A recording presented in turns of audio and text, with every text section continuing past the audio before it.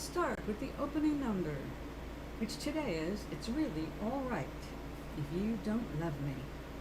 It's from my first book. I wrote 7 songs to go with my first book. No Maris, The Edge of Remembering. So let's hit play.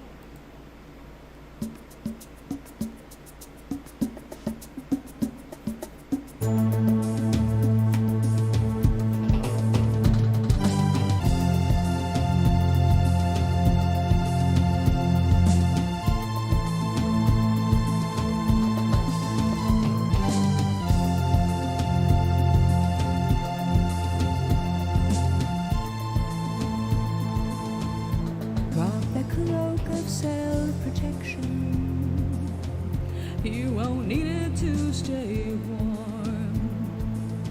You're so afraid of my affections. You could drown in your own storm. There's no need for reservation. No one else can see. After some examination, man, I think that you've got what I need. It's really alright. It's really alright. It's really alright if you don't love me. What's that look of consternation? I'm completely in control. So if you're thinking of evasion,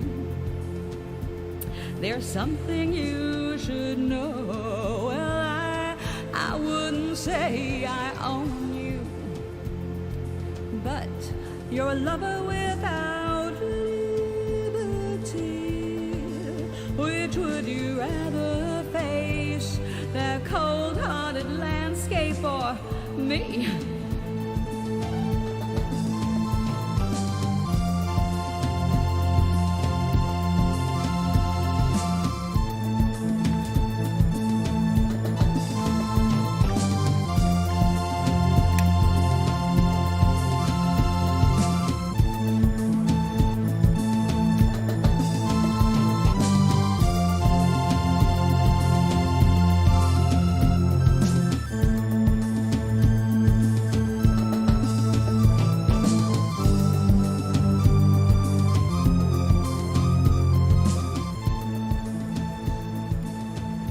What's that look of consternation? I'm completely in control. So if you're thinking of evasion, there's something you should know. Well, I wouldn't say I own you, but you're a lover without liberty. Which would you rather face, that cold-hearted landscape or me?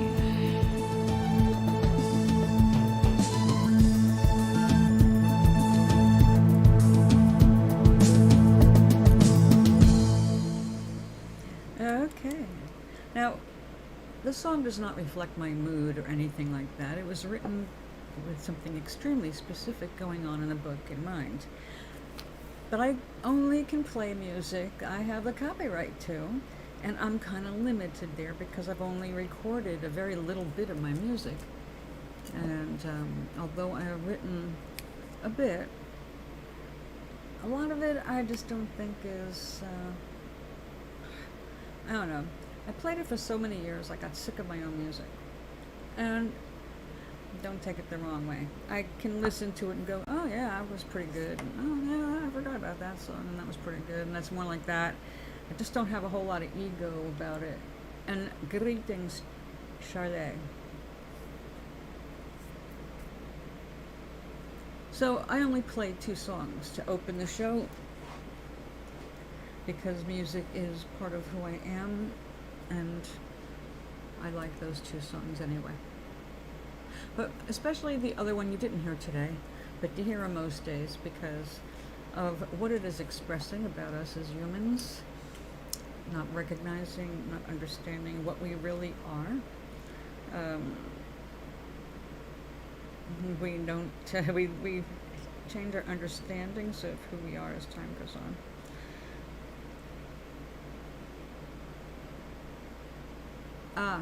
Okay, hold on. Yeah, I was wondering about what am I going to do with this summer problem of the air conditioning. It got over 100 degrees in the apartment. They came yesterday to turn the heat off, if you recall, and only succeeded in doing it for a few minutes.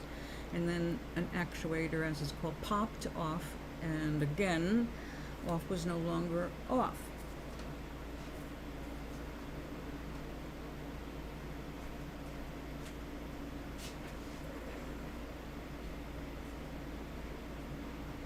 So my pipes were registering 116 degrees, and I was registering too hot to sleep very much. All right, that is hopefully going to work better. It's going to be right in front of my face. And there we go.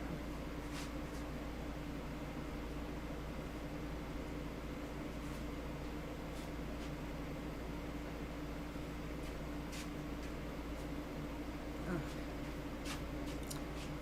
wait a second. Got a message. First one, I looked at this one. Oh, that's funny.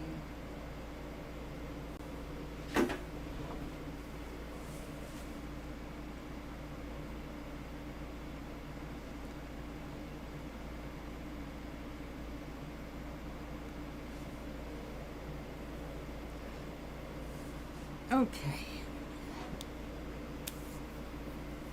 How's that? A little better? It's a bit closer, more direct.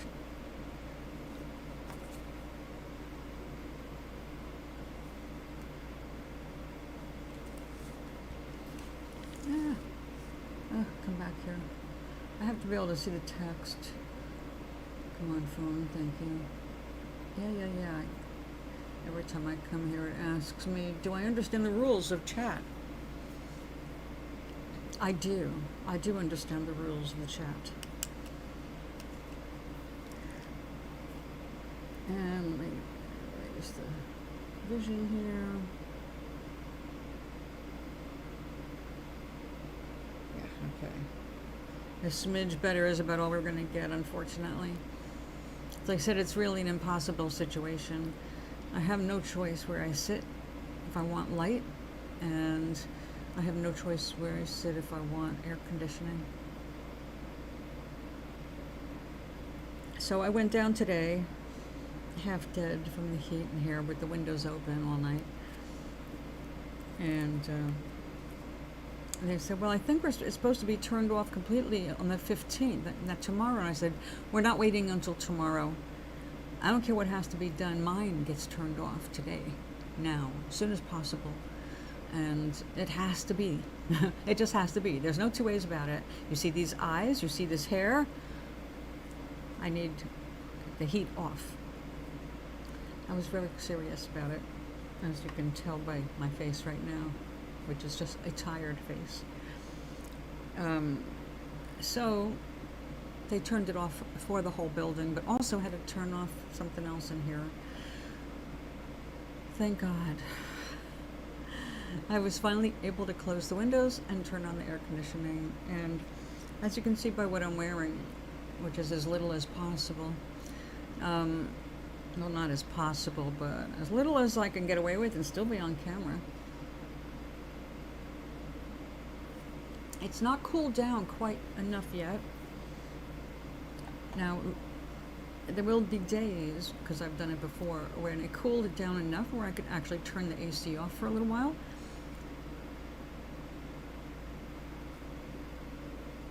The heat got so bad, the heat in my apartment, all right, it was like 89 degrees outside, and the heat has been 116.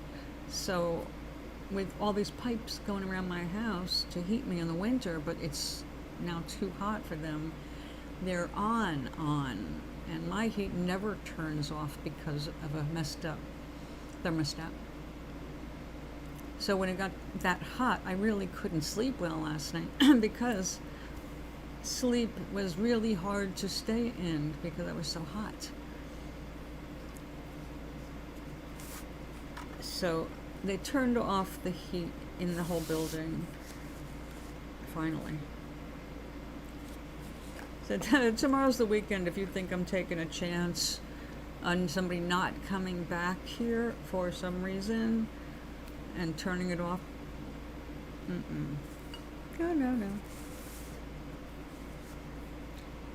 All right, let me see. We're going to find out how this black acrylic ink works. And I guess I have to put these back on. Yeah, I do.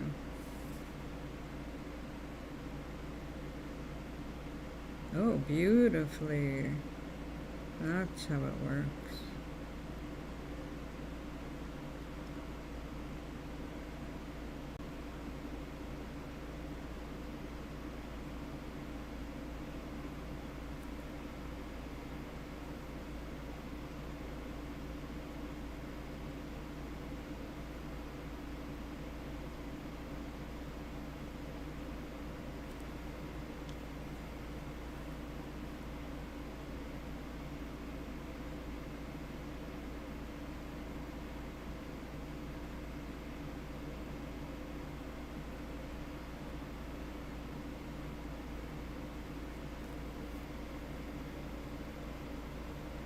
Oh, thank you. I've had a headache all morning, and I did take a pill earlier, but it's worn off, so I have a backup pill here.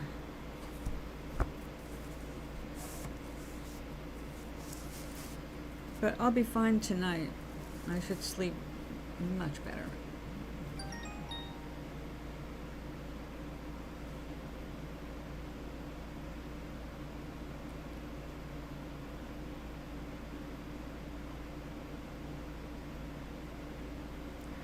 Well, another art streamer here on YouTube left a comment that said my videos are too long, but encouraging me, of course, to continue to inspire people. And I do know for the algorithm bullshit, they are. Because what's important is how much time a person spends watching that video and whether people go back and look it up again. That all counts. The likes all count. Like, damn, you know, this is a crap thing for me because I've always been about, I don't care about numbers and blah, blah, blah. And it's a drag. Oh, good. Well, I'm glad you have been in contact with an old friend. I will continue to work on this piece because we have 7 pieces to work on. Good, thank you very much. I appreciate the like. Well, I will be here. It's an early day. I'll just take a break for food and then I'll be back.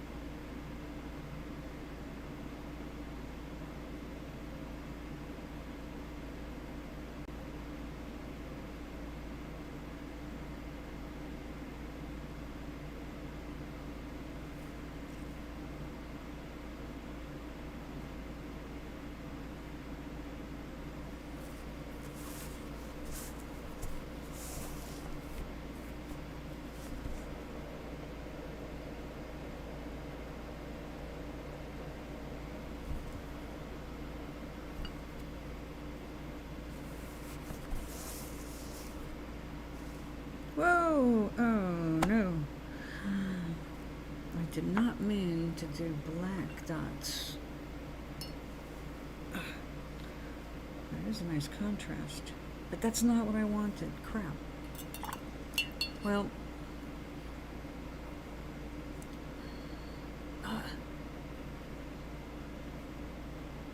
you saw that, huh? I thought you were going to go play a game. You had to witness it.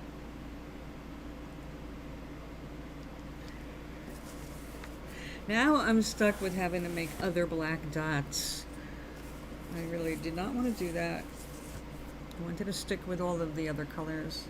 Meg, hi!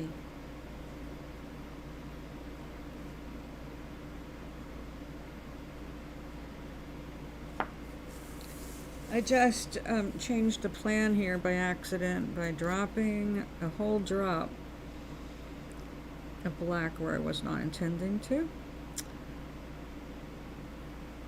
There we go. I love these brushes.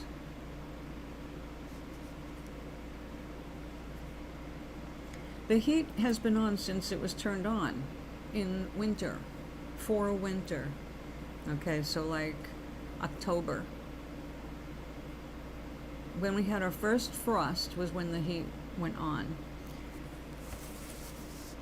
And because we went through 6 attempts to fix my damn thermostat, including calling a specialist contractor in.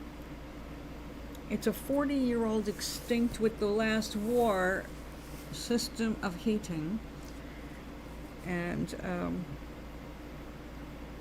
the problem is the way there's something called an actuator, and there's one in every room where there's heat, and the one in the bedroom is the main controller, and it keeps popping off. The pressure just keeps popping it off, and when it does that, I have no thermostat. It's on, period. So after so many calls to have this guy come up here, I have to go in my bedroom on the floor next to my, well, it's right at the wall. It would be right where the pipes go through the wall from the bedroom to the living room.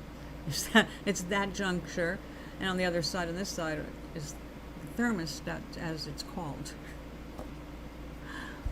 So yesterday, I had him come in, and it's like, I know it's not time to turn it off for the building, but you have to turn it off for me. So he did it. You know, he fixed the actuators in all 3 rooms, and he wasn't gone 5 minutes probably, and my heat went back on, and the pipes get to 116 degrees.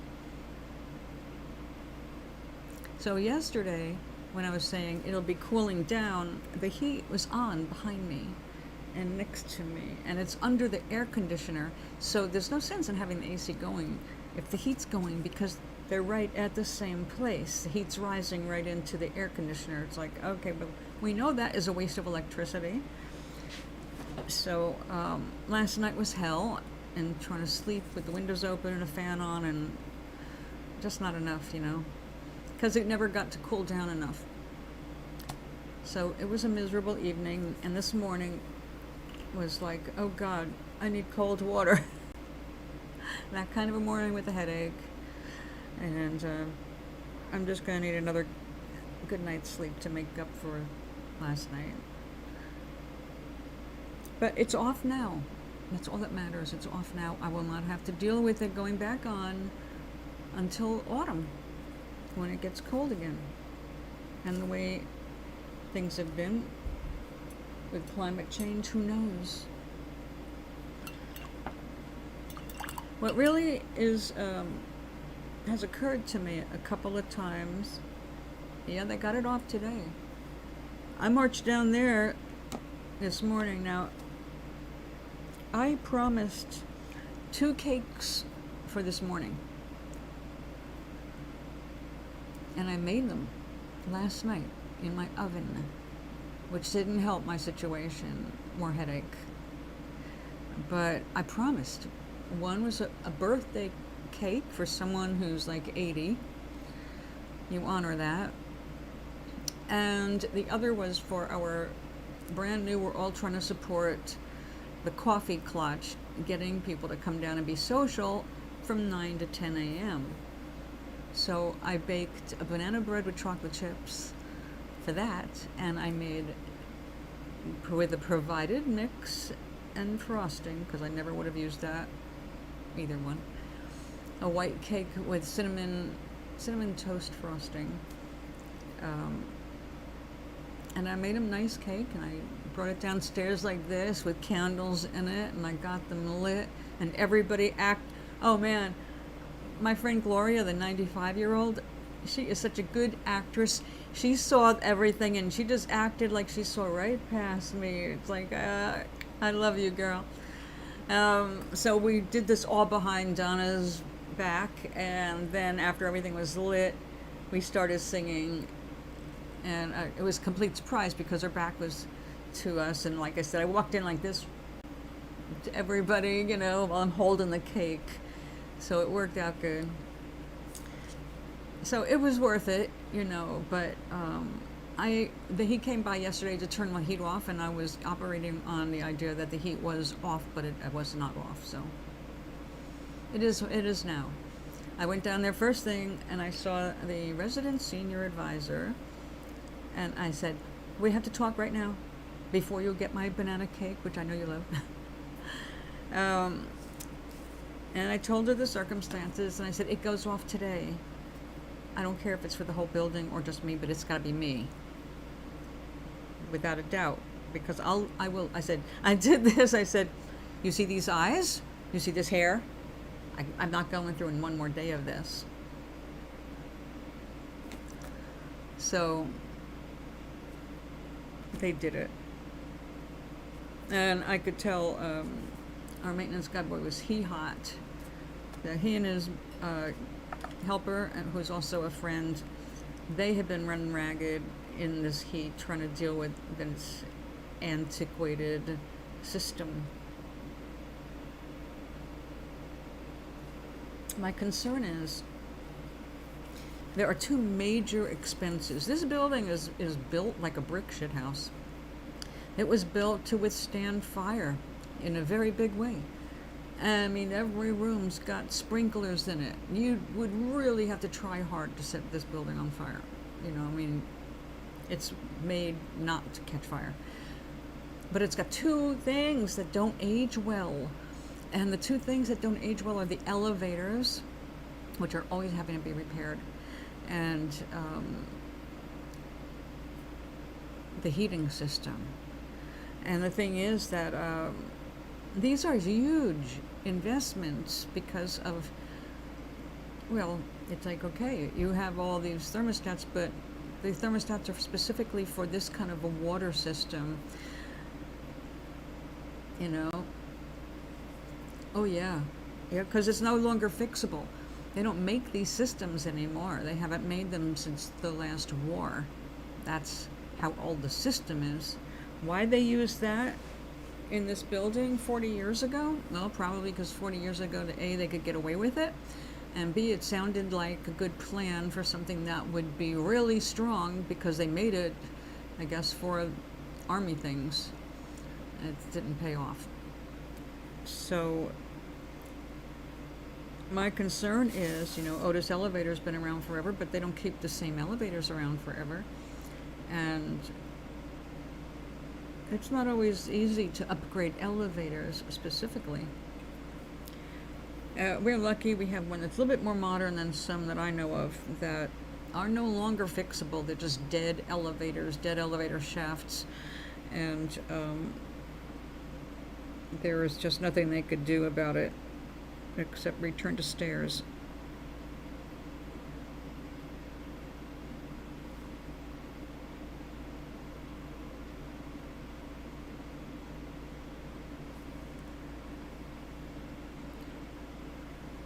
The thing is that when buildings like this, if they need too much updating,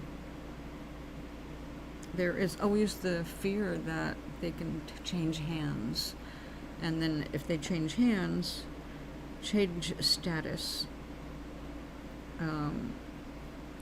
When that happens, it always spells trouble for the tenants. Almost always, they can't afford to stay there anymore, or they have to actually completely relocate.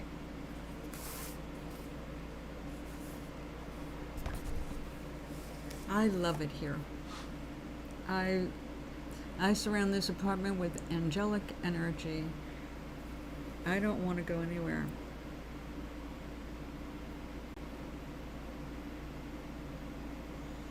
Not for a while. Because if I go anywhere, it would have to be to somewhere even better.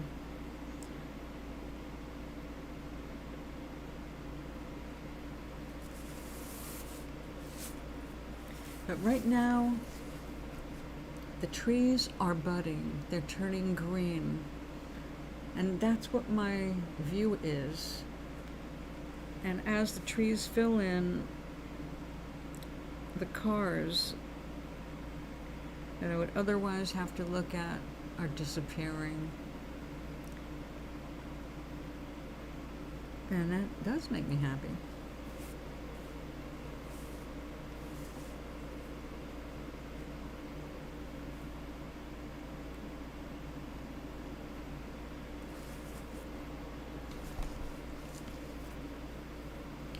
I've got to fix this, definitely. Or it will bleed when I put a glaze on it. Because next will be the glazes.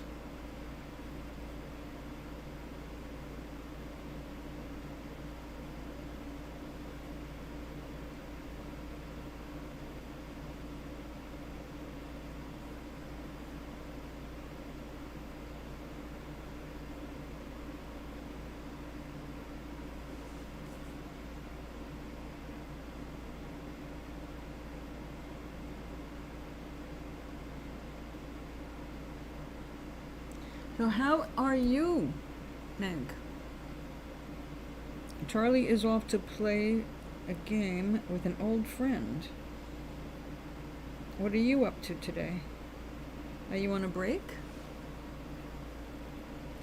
You've got a few minutes.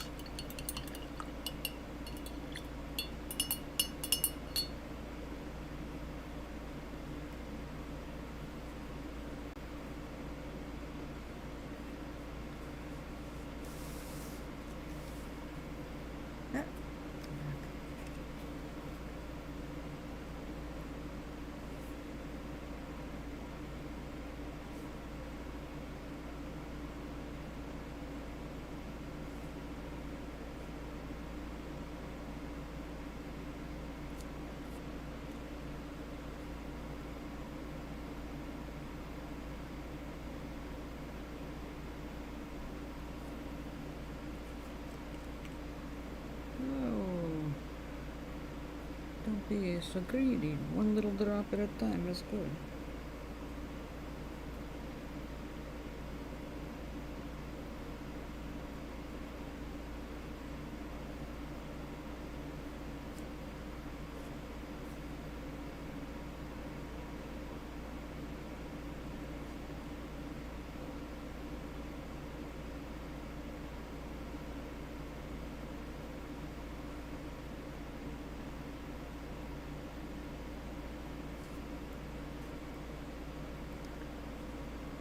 Whoa-hoo!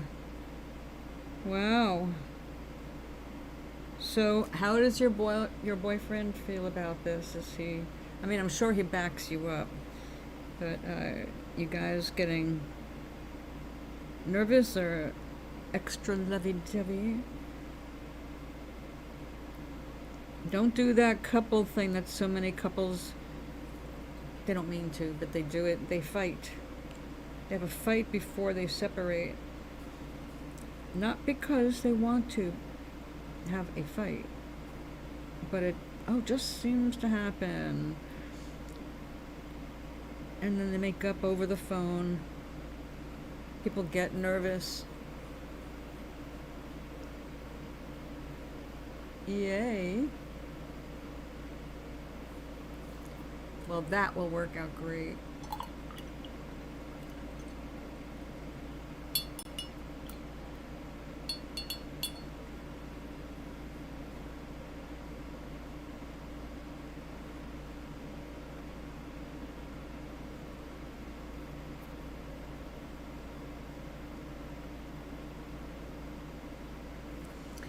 That's nice to look forward to.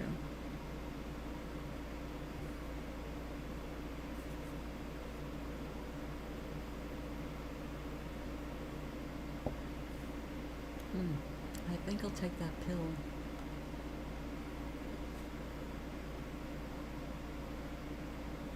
Oh, wonderful. So things are moving along nice and fast.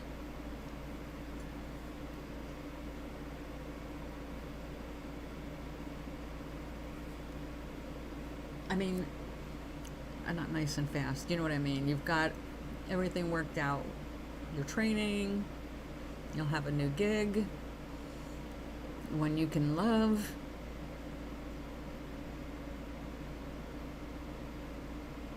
So are you going to take this some time off between jobs?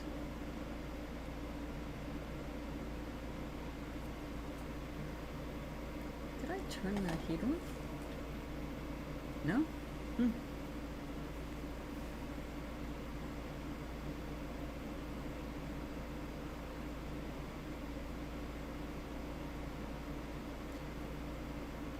Oh, no, I wouldn't suggest that right off.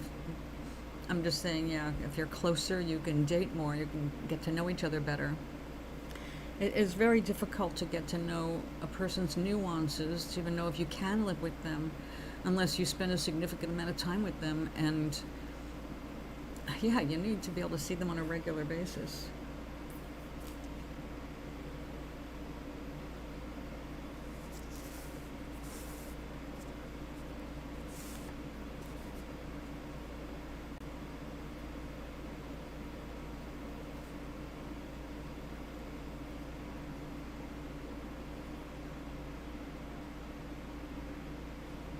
There are so many things that we do know intuitively and right away about people we meet, but that doesn't mean they would make a good mate over the long term. As I discovered, I mean, I was married happily for 7 years to Tommy. I know, see, that's me. That is definitely me. And look, I've been queen of my roost now, and once you're the queen, who wants to go back? I mean, I love partnerships. I really do. I believe in marriage. I think it's wonderful when we can form that kind of a wonderful bond with somebody. You know, I think about my first marriage as a really good example, and my own parents as another, basically a bad example, but another example of the way reality can go. And it doesn't make me pessimistic about marriage, but a lot of people, I would say most people, get married thinking they're ready for marriage, but then they get married and realize, oh shit, what did I do? And they're fine for a little while, but after a few years, that's when they say, oh, the honeymoon is wearing off. No, I went a decade, with the honeymoon, if they want to call it that, where I actively was in love with my husband. He was the love of my life. And I could not picture and didn't want to picture somebody else. Even my sexual fantasies, they always were him, so it's like I didn't even have an imagination past him. I was happy.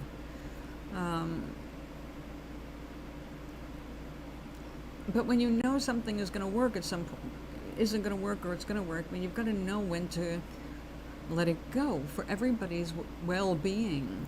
Not that everything ended the way I wished with Glenn, but I wouldn't have missed the experiences that I had with him before, things went south. But there are some times, that there is a black and white issue, like with Tommy and I. We were best buds, but things started getting testy when he realized he wanted to have a kid. That wasn't where I was at, and I couldn't have one anyway. So, would it have been fair to deprive him of that experience? He was a young man. He had every right to go ahead and live out that dream. And then the second issue, that was another no-brainer. I wanted to come back east, and he led me to believe that we were going to end up back east because this is where we came from. And when that wasn't happening, I started getting angry.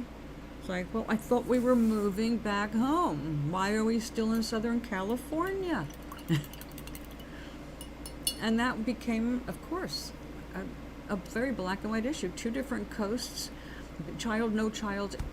You can't get further apart on that, right? So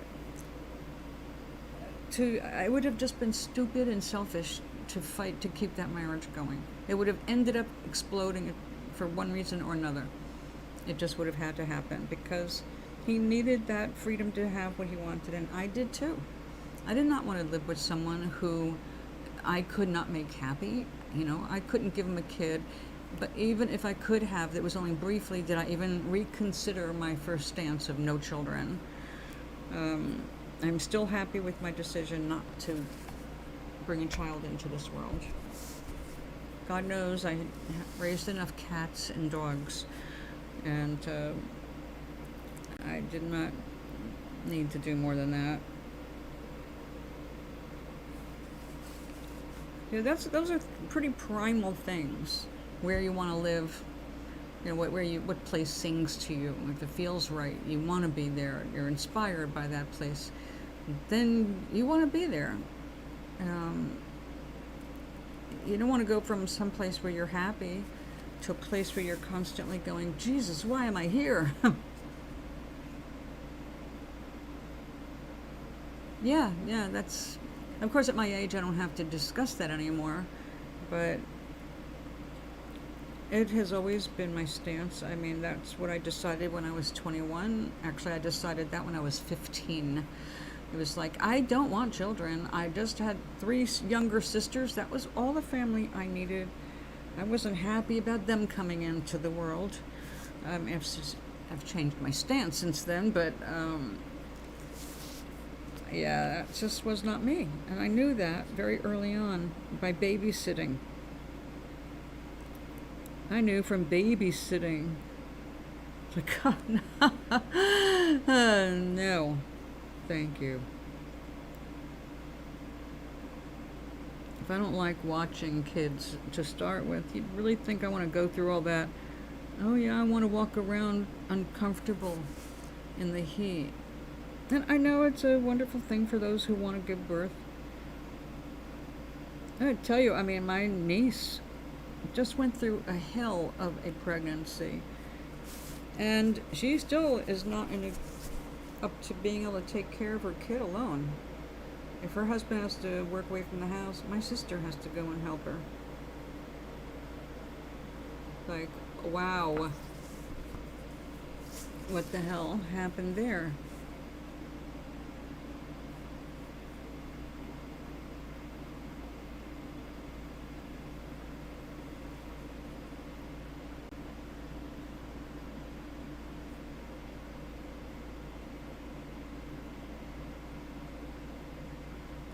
And, I hear the mothers who go through hell to have a baby.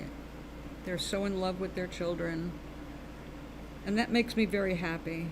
Because if you're going to bring a kid into the world, please be the one that loves it and does everything you can to give it a wonderful life.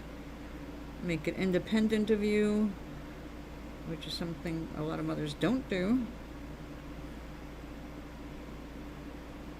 Make the kid strong, so that they can follow their own dreams. They're not here to satisfy yours.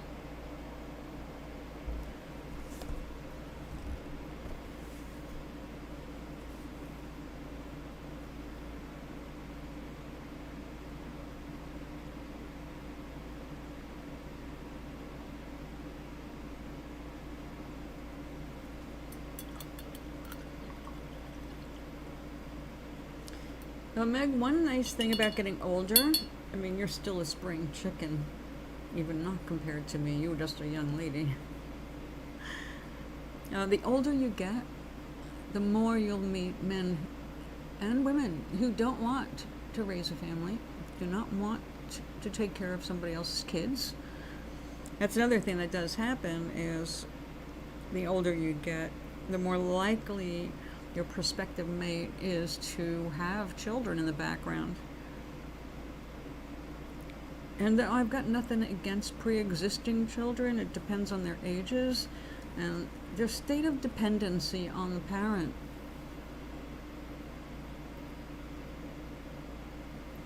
I don't know. To me, I fall in love. I want to have some time with the person I fell in love with.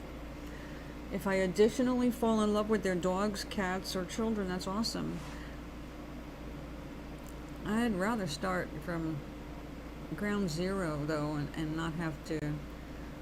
I've had step parents, step families.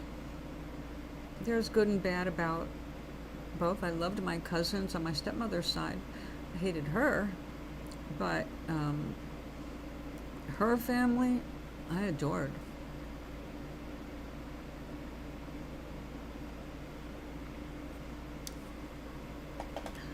That was good tea.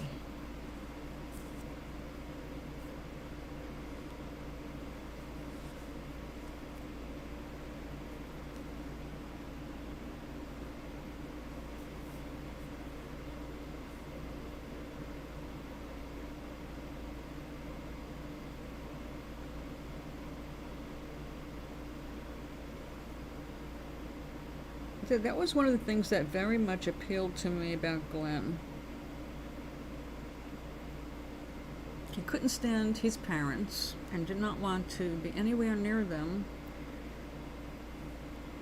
Matter of fact, when he started talking about his fantasies, this is like 8-10 years into the marriage, he kind of scared me, and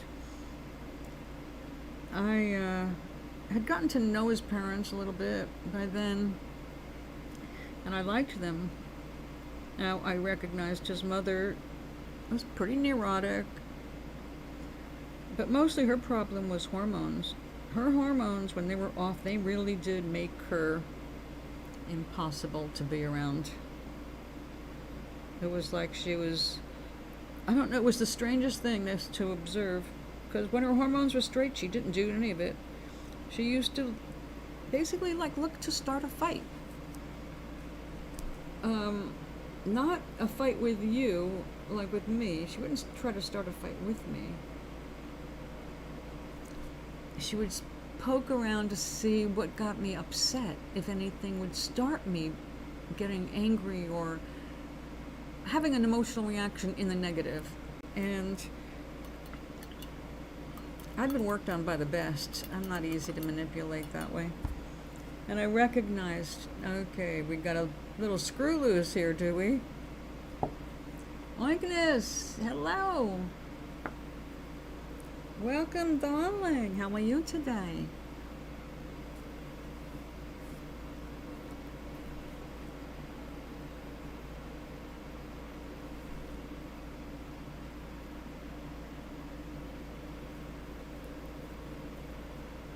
Anyway, the advantage to Glenn was he hated his family so much, he wanted to be far away from them. So when I met him, he was all about, I want to leave California. I want to leave California. I got to get out of California. And he'd been thinking about the desert, like Utah, and because he loved looking for fossils and walking around the desert.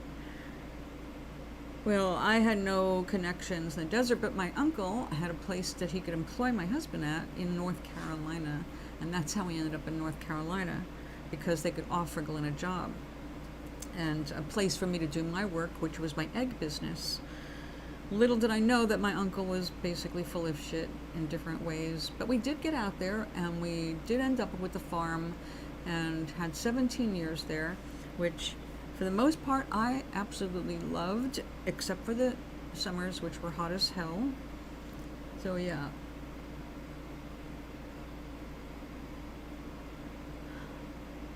No, it was no inquiry. It was I went downstairs and said, my pipes are 116 degrees. The heat did not get turned off, though he tried. And I need that heat off now. Today, no excuses, no waiting to turn the whole building off. I don't care about the whole building right now, but I'll die if you do not turn off my heat. So a letter went out immediately, and they turned it off for the building. Because saying, well, it's the 15th, it's supposed to turn off on the 15th. I said, we can't wait for the 15th. 15th's a weekend. I'm not taking a chance that the weekend's going to happen and nothing happens with the heat. No. No, no, no. I even did this thing. I showed her, Meg, I said, I was like in front of her face. I took my glasses off. See these eyes? See this hair? I didn't sleep last night. I've got a headache. Too hot. Can't do it. No more. No, no, no.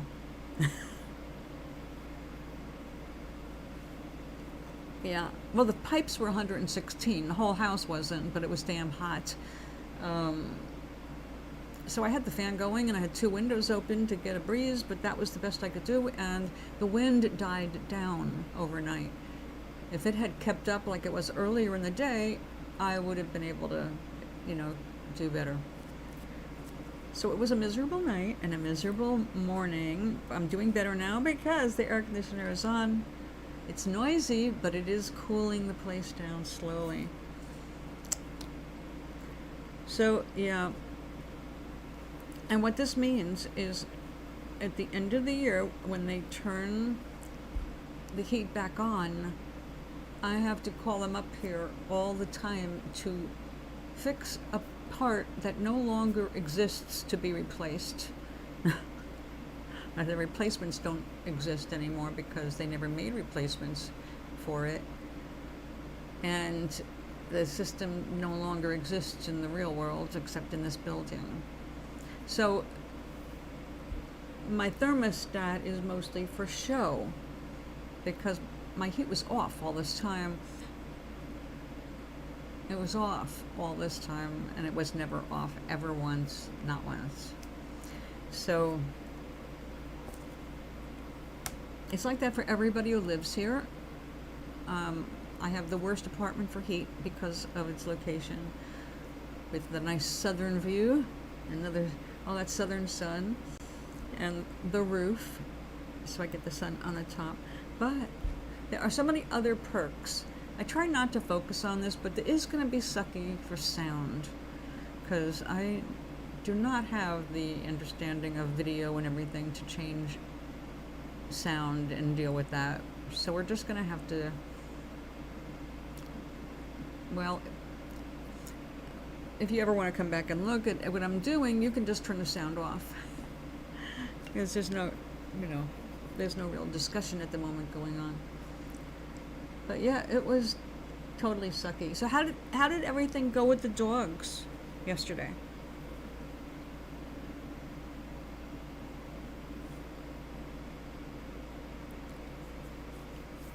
Are they both relocated in their temporary home until mommy's out of rehab?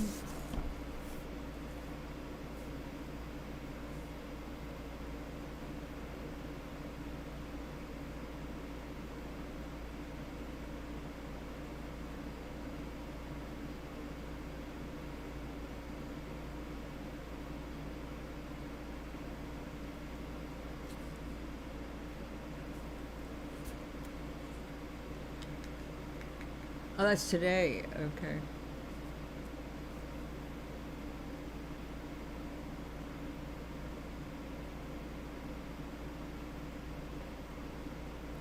Oh, right now what I'm working with is black acrylic ink over Liquitex Gloss Medium, which I used to seal the white paint, which for some reason was having a reaction and melting on me. I do not know why, but I'm going to have to figure it out before this happens again. White turns everything pastel. We don't want that when I'm looking for these really intense colors.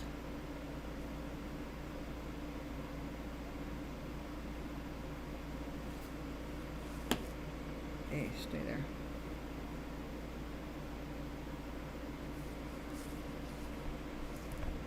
At 3. 3 your time, right?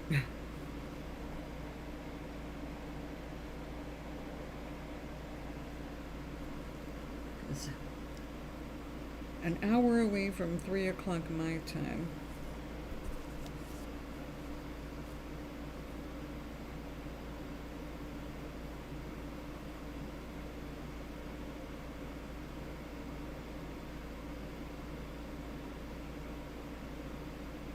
I love these brushes. They are so flexible. I can get a super thin line like a hair or a broad stroke. I love this. I have to say, this is like the best deal I've ever gotten on brushes. I bought these from Temu, you know, that really, really cheap stuff from China. I got 2 sets totaling 16 assorted brushes, including a bunch of these super long ones. They are made for doing manicures. I figured anything with a fine enough point to do a manicure is perfect for what I'm doing. Sure enough. But I paid $2.25 for 16 of these brushes. And already one brush has lasted me longer than a $5 brush from Michaels. So, can I recommend it? Hell yeah. But I believe they were designed to be disposable. But even if it was a disposable brush, 16 brushes for $2.25. How can you bitch about that, huh?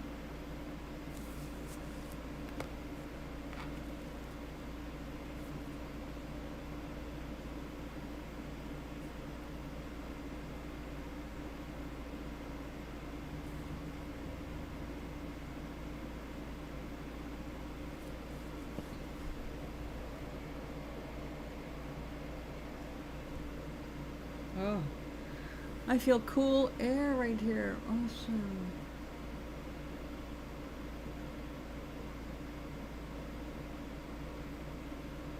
Oh, yeah. Oh, I hope they find one for him soon. Yeah. I hope somebody's working on that for him, because I'm sure he felt like he had a whole new lease on life. It's like, wow, how long has he been like that?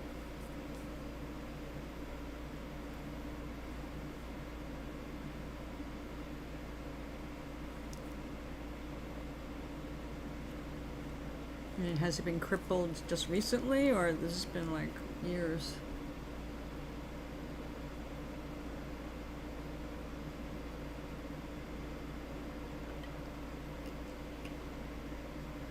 Ah, I've seen all different kinds of things being engineered. They've got videos. I love when colleges get involved, college engineering departments, and they have volunteers come up with stuff for animals. Mostly stuff like that. Wheels, harnesses, prosthetic legs.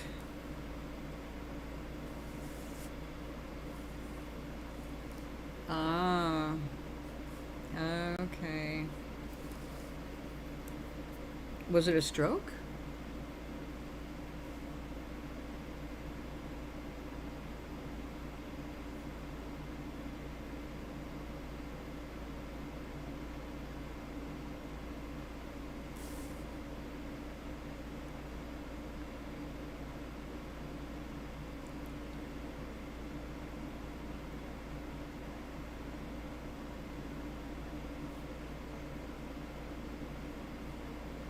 Now, there are so many animals that need prosthetics of one kind or another just to live out their lives, you know?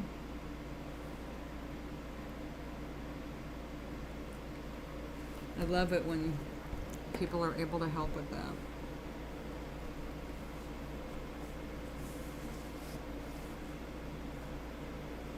That's not one of my strengths. I'm the person that makes a pom-pom for their little head. Okay. You need me to make them a bracelet?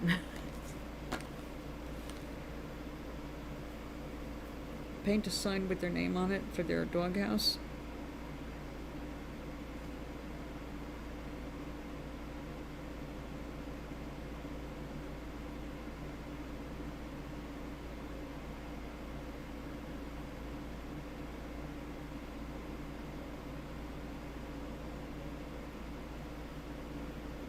Hmm.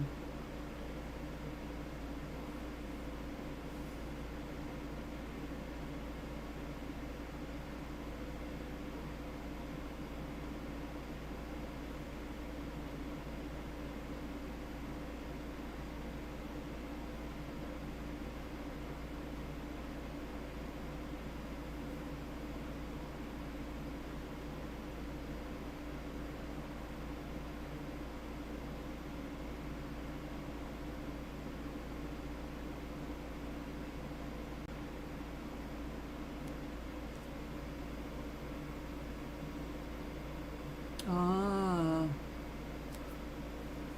Oh, that's so sad.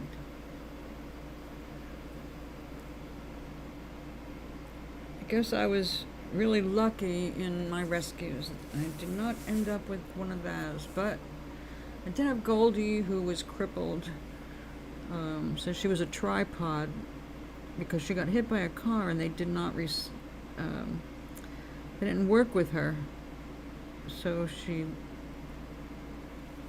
drew it up when it was injured, and they didn't work with stretching anything out, and it just stayed that way after a while.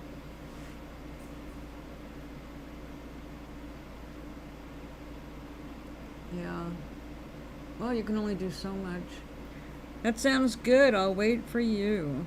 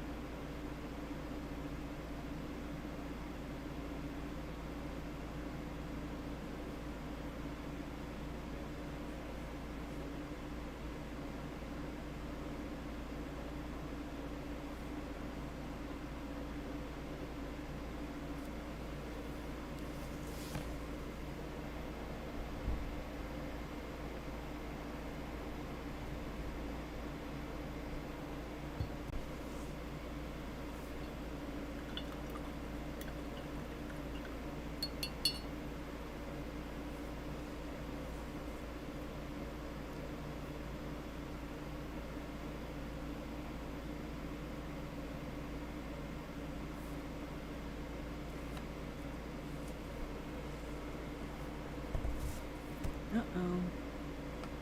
Uh-oh. No. Ah.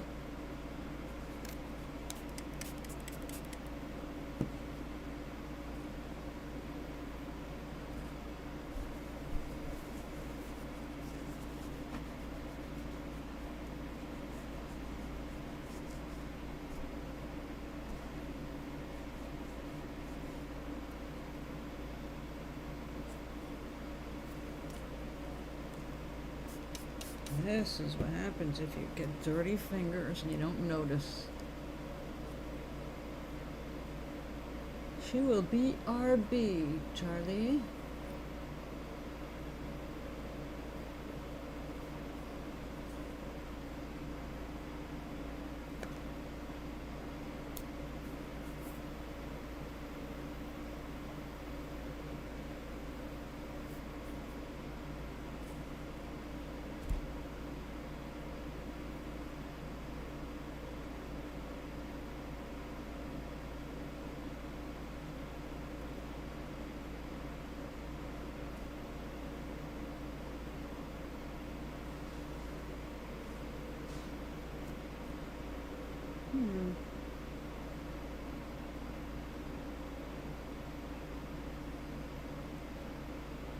So, Charlie, did you end up naming your new fountain pen? Oh, that's right, AJ. AJ. Forgot.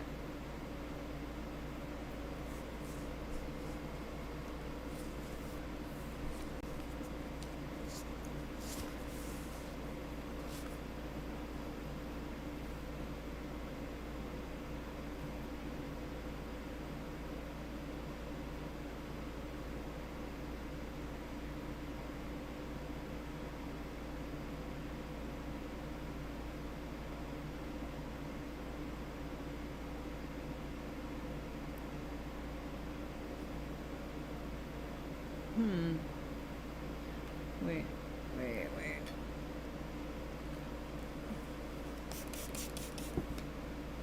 Come here, you.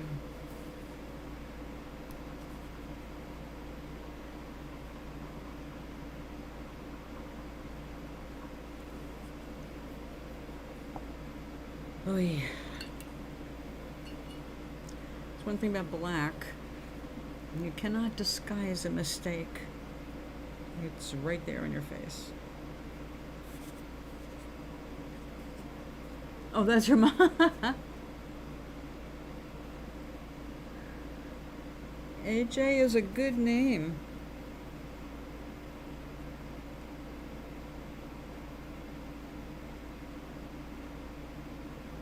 He named his first pen Adrian.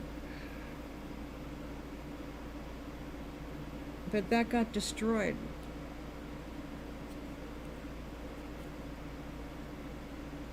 So he got another one.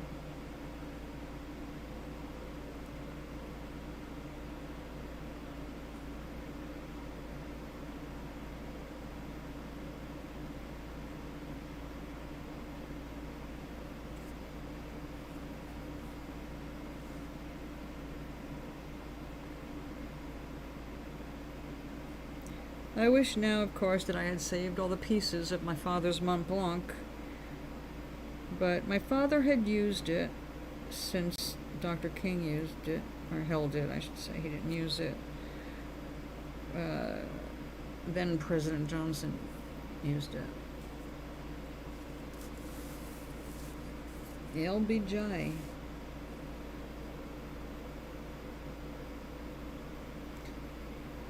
So I figure, well, there's no fingerprints on it to prove its history. So WTF, the museum has one, the one that my father gifted Dr. King with. But they're claiming that was the one, but that's okay. I know the real history. It's for Adrian Jr.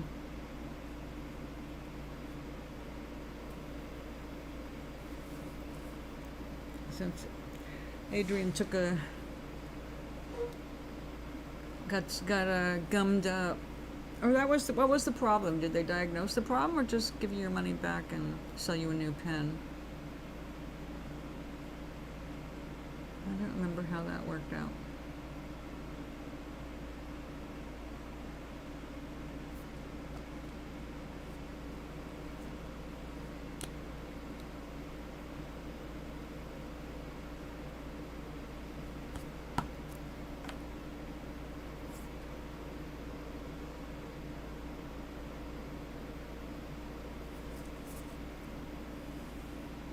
All right.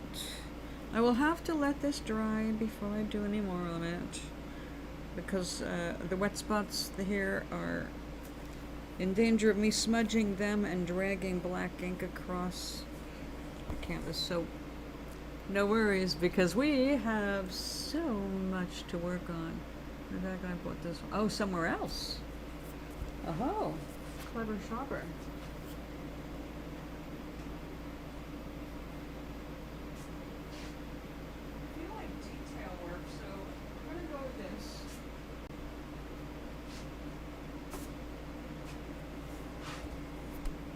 I'll go with that very strange thing here. Now,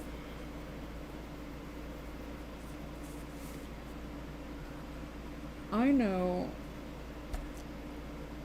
that when this is glazed, it's going to bring all these beautiful blues out, which right now look quite dull. You can't really see the depth because, well, it's not shiny uniformly. And also, they didn't have, well, that's a good reason.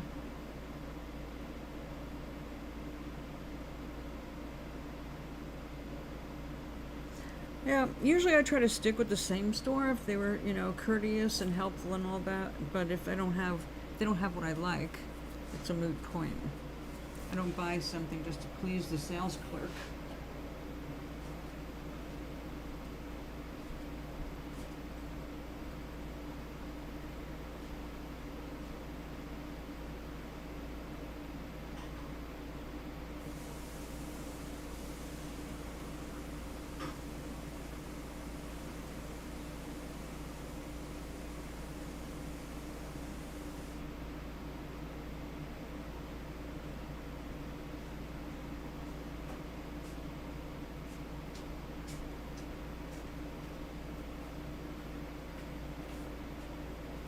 Okay.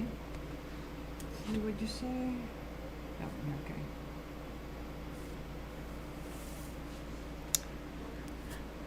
Okay, oh, there's an example. See, when it's wet, you can see the way the color comes up.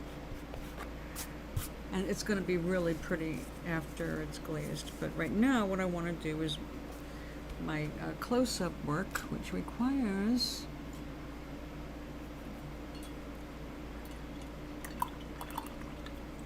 another similar kind of a brush. It's also going to require paint.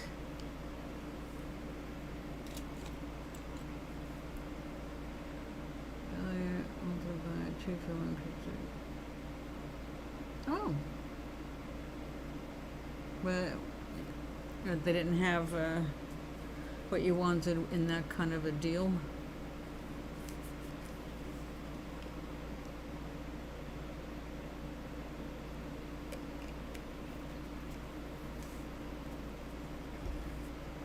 Yeah, when I was your age, it was all the rage to gift young graduates a pen set, pen and pencil set. So I was 15 when I got mine. I liked the weight of them. They were Lacrosse, but or Cross, whatever. I can't remember now. Lacrosse? No, I think it was just Cross. They were attractive, but they were silver.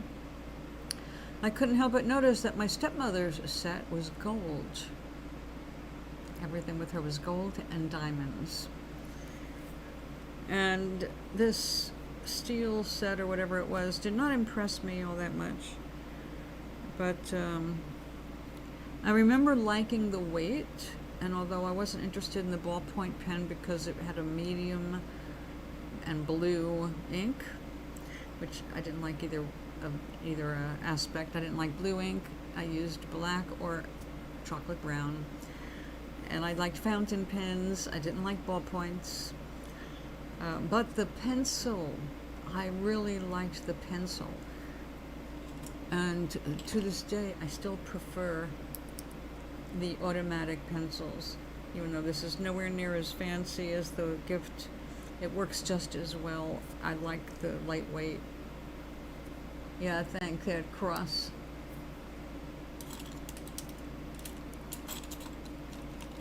So I did appreciate that. It did teach me a little bit about that kind of thing, but unless, you know, the only thing I really was interested in was a fountain pen, and that was all I wanted. Alright, I want magenta. Let's have something bright. Okay, well, this is going to look very purpley, isn't it?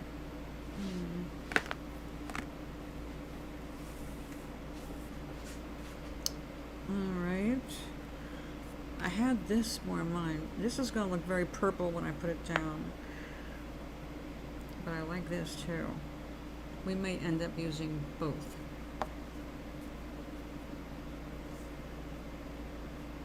You feel the same way, Charlie? I don't like blue ink. I don't know what it is. I have never, except peacock blue. While my father used the chocolate brown and he ordered extra for me, my stepmother used peacock blue, which also was a special order for her fountain pen. But she wasn't that crazy about fountain pens. I was, so that's what I invested in when I got older. Oh.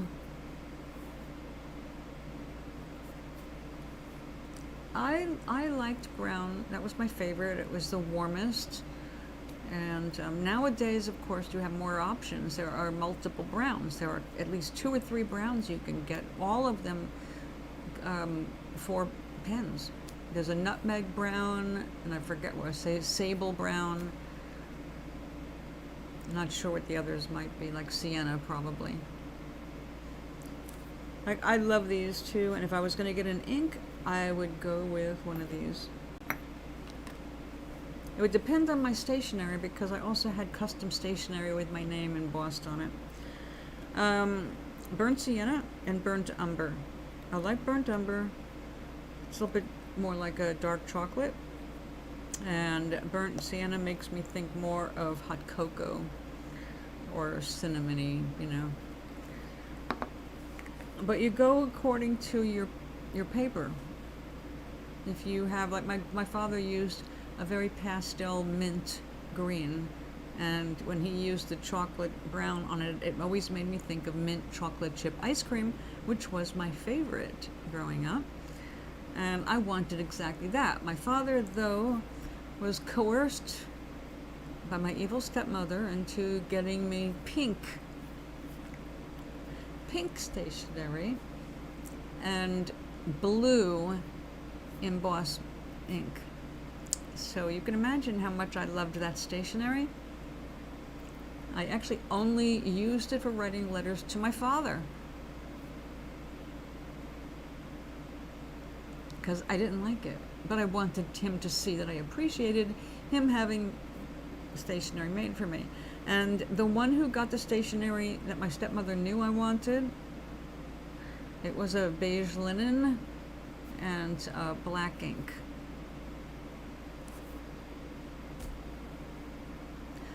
So, but it didn't bother me all that much really, because I had 14 boxes of stationery, and my actual favorite was a vellum sheet, which meant it was like transparent, like onion skin, but it had embossed in it, well, not embossed, it was printed on one side in gray, so it looked like a wispy image of a woman with hair all over the place, because it was scented with Shalimar or Ambush cologne, which was very popular with girls my age back then. So I had scented stationery that was super cool because you could hold it up and see through it. I love that stuff. So that was like my pride and joy. I always went for the onion skin stuff. Nice paper. And of course now you know I am really into paper. Which reminds me, one of our residents, what we had coffee with this morning, has an origami set, a book of instructions, and the origami paper that I cherish so much. And I said, well, if you're not going to use it, I'd be happy to take it off your hands if you don't know somebody else that wants it. So I might inherit some more lovely origami paper. And wouldn't that be nice? All right, this is going to have to be watered down, but I think, you know what, I'm going to go and check my other inks, because I might have a longer list.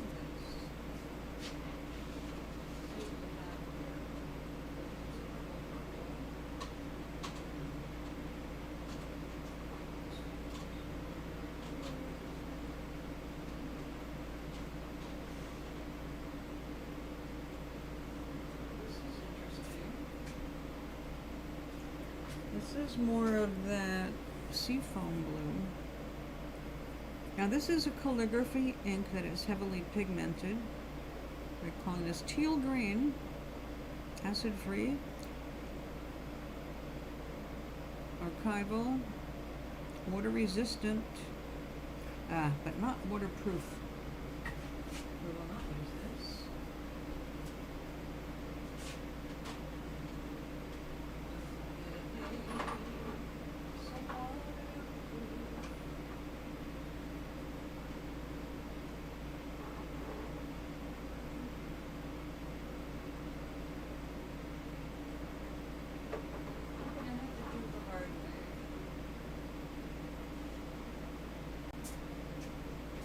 Wait a second, I just got another idea. I wonder if I could do it. Although it's probably dangerous. It's probably too big a gamble. I just got the idea of mixing gouache with this.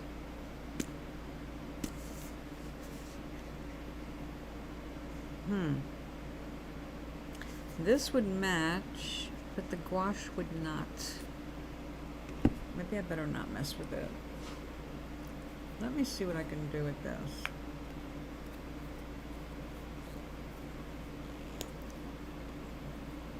Hey, aloha. Closer to the burnt sienna.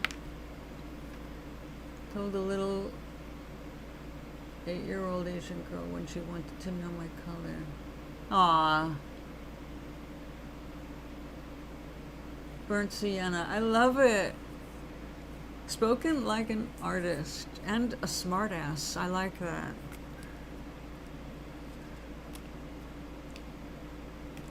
Very good response.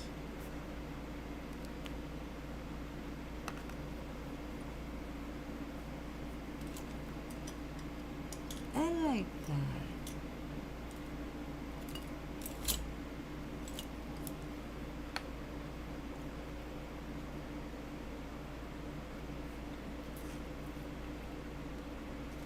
Now I'm going to have to water this down, and while that's happening, Oink, didn't you say something about visiting the resignation? Resignation. I know you're a smart ass. That's a good thing. As long as you don't do it to hurt people. Or get yourself in trouble. You know, we gotta be smart ass within limits. Now, I have discovered that I did not have to have a stroke to become more like Sophia in the Golden Girls than I planned getting older.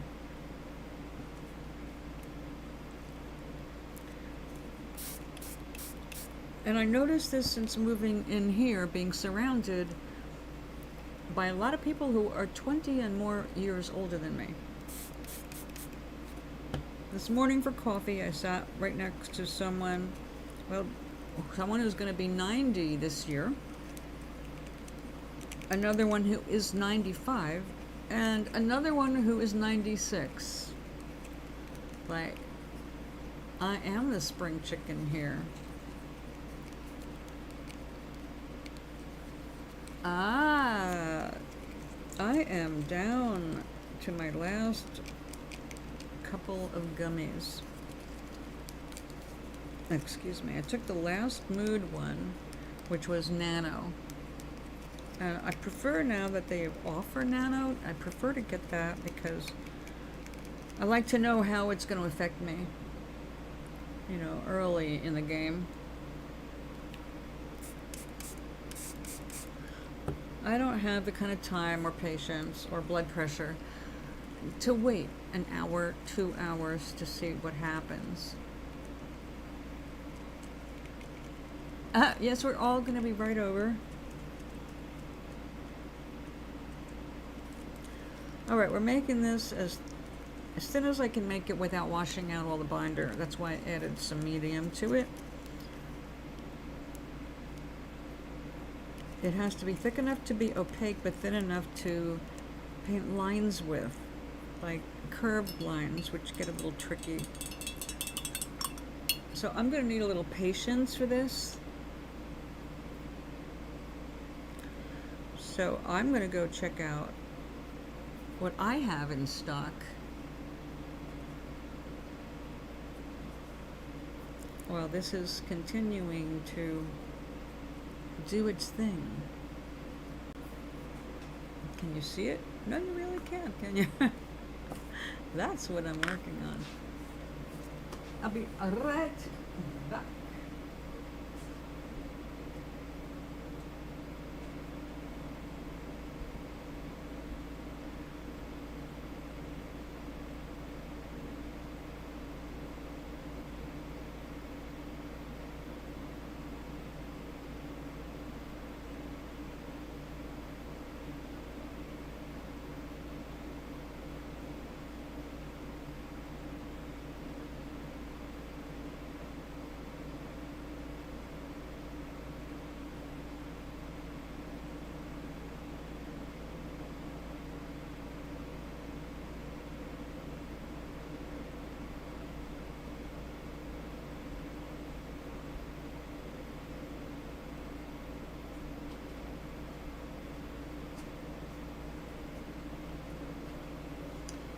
Well,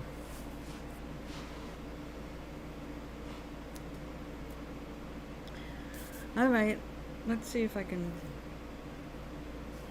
do this. I have to keep this nail so short now because it just keeps splitting up the middle. Stupid little annoyances. All right, let me try it with an outer edge one. I'll go with this one.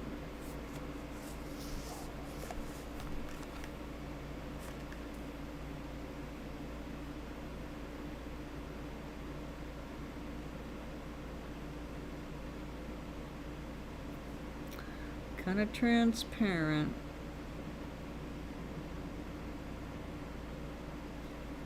Now this is the kind of thing I might do better, although I don't have the money for it at the moment. Investing in paint markers. Now paint markers can be a blast. They have to be used up once you start them though, so the disadvantages: number one, they have a limited amount of paint in them. Number two, if you have a project that's any size, you will go through those markers very quickly. But you have to use them. Once you open them, it doesn't take long before the nib is going to dry up and it will not pass any of the paint. And if you haven't used it up, you have just wasted a marker. Some of them come with an extra nib or two because of that problem.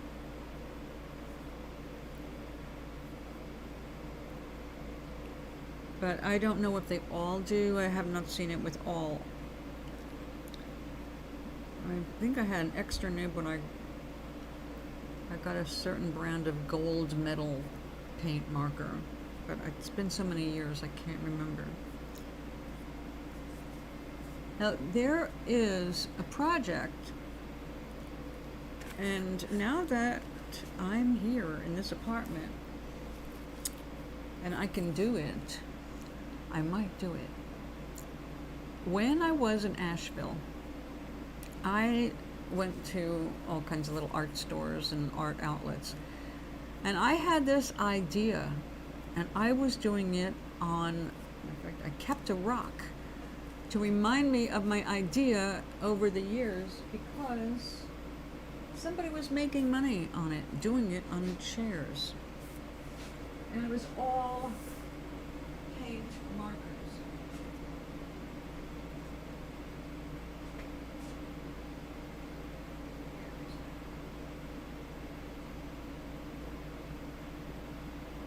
I know I have it around here.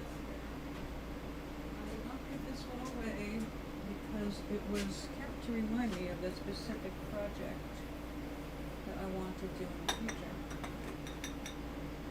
Well, I can describe, oh, there it is. There it is. Now the problem with it is neon colors fade. They fade because the reason they're neon is they use this brightener in the paint, and then when it's exposed to sun, the brightener kind of burns off because like UV destroys it. And then you see that, oh, it's really just kind of a flat color after all. Now this is prettier in my view than it is on the screen, but my idea was just doing designs with dots like that on matte black. So I went into this store and son of a bitch, I see a chair that is done exactly as I had been talking about doing. But because of where I was living, my conditions under the conditions at that time, 4 dogs, 2 cats, a husband and me in a small space, it just wasn't going to happen because I needed to have a place where I could work on it in the shade, not outdoors, except for the initial spray paint of matte black. So I never got to do that, but there they were. This artist was doing exactly what I thought of, even using the fugitive paints. They were selling these chairs for $150 and up. It's like, come on. So it's still in my mind at some point to rescue a chair that is kind of cool on its own and paint it that way. It does look so cool when the whole chair is done. There are things that people don't think about that they can do. My sister proved it herself. She rescued this plain little table, like a little end table, nothing special about it at all. But what she did to it was special. She Mod Podged fabric all over it. That's it. Covered the whole thing in swatches of fabric, like a it wasn't actually random, but you know, where you have like 2 or 3 different patterns that color-wise they all go together, but you just kind of mix them up over the same thing. So she did a great little job, and there was a store in New York City that begged her to make more. Please, we can sell these. I mean, as soon as someone sees it, it's gone. I can sell as many as you can make. Imagine hearing that. You make it, I can sell it, no problem. So don't think that your idea or your craft can't pay off. It's all about where you put it.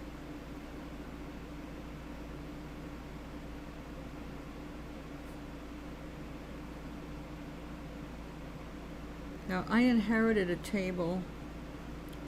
It is an old table. It's one of those ones that has 2 leaves, you know, that come up. It's a rectangle table, actually. It's kind of square with just one side up. And it's good for 2 people, but opens up for 4, you know. But it's got a terrible finish on it. I mean, it's really awful. It's, matter of fact, some parts of it are sticky and I can't get them unstuck because I think they tried to put like a clear coat on it and it didn't dry right, or they used the wrong chemicals. Anyway, it needs to be sanded down. And when I do that, then I'm going to end up doing folk art all over it. So that'll be my project. I've already got space for it, obviously. It's there.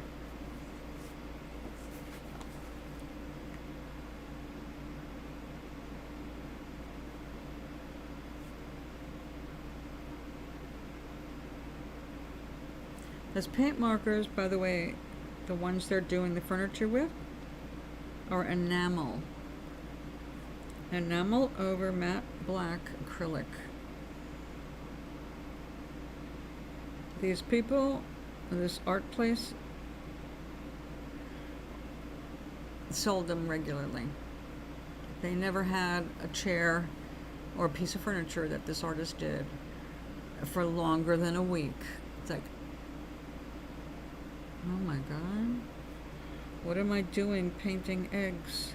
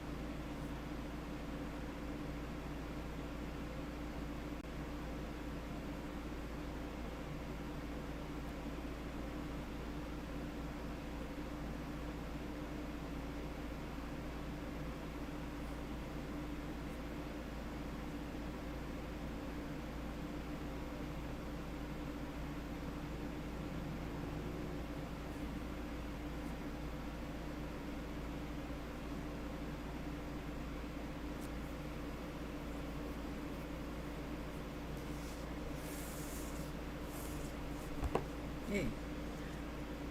No. I'm gonna have to make some more room for myself.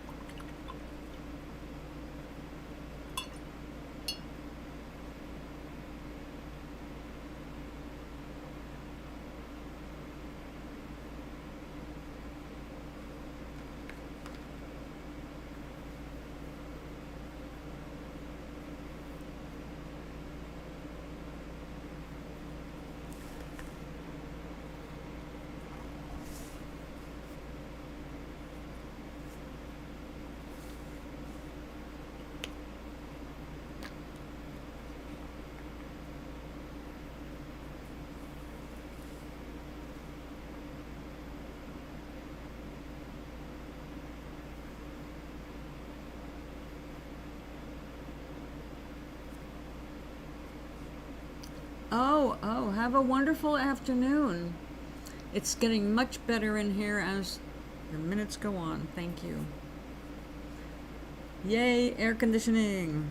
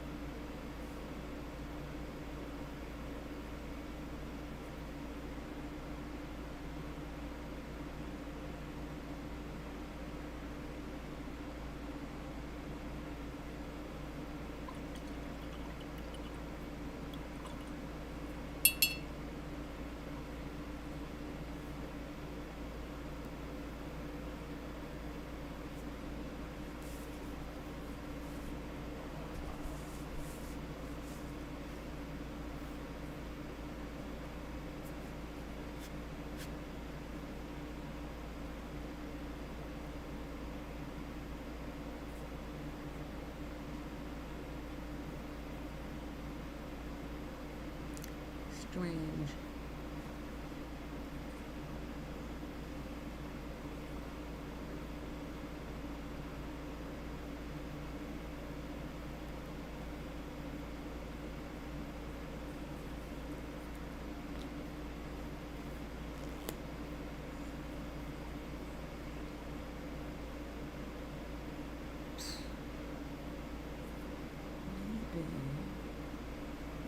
Maybe.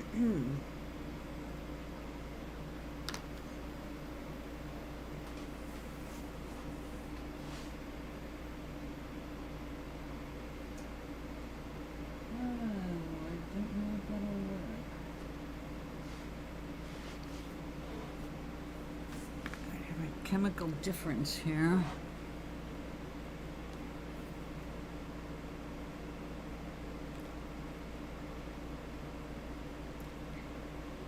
They don't tell you what the pigment is when they use a pigment. So I am not sure how this is going to dilute. It might be quite wrong. Well, do a little experiment.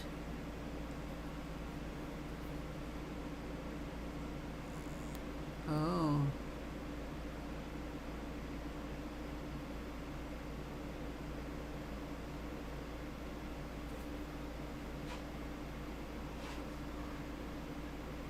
Ha!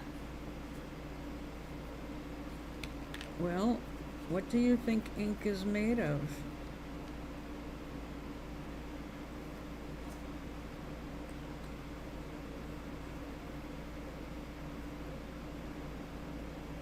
The chemical cheese is an interesting description. I can't answer that.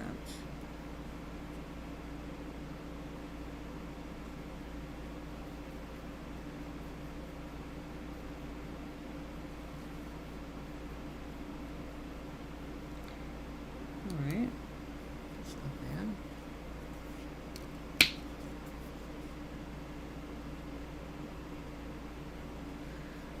If an ink starts to smell very bad, it may be moldy and you have polluted it by accident and you have to throw it away. Although most inks don't smell of particularly anything, they definitely smell when they go bad. Yes, they do go bad.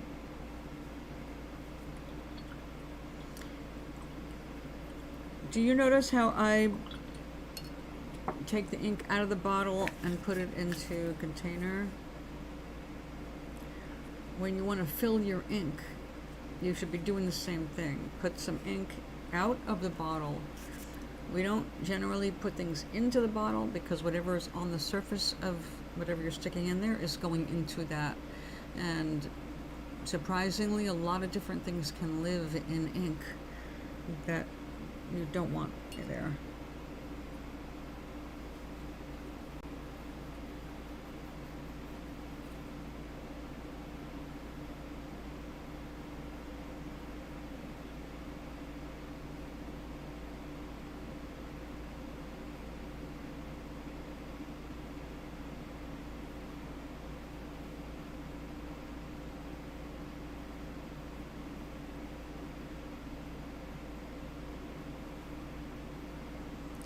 Too dense.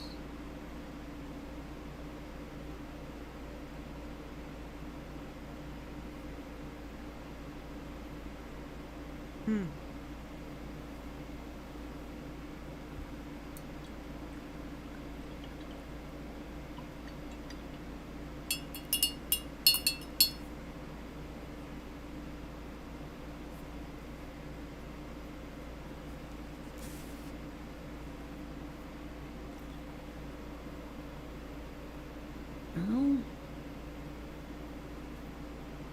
I can see it. But when it's dry, it will look darker. Then it'll be cleared and it will look lighter again.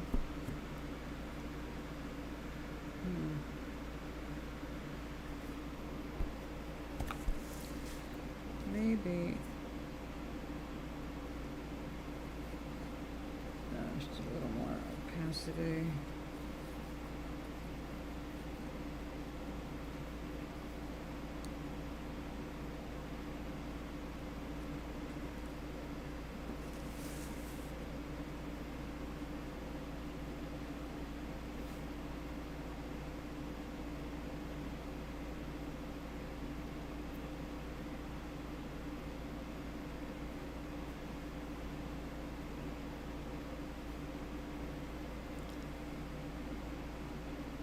It's not easy to see.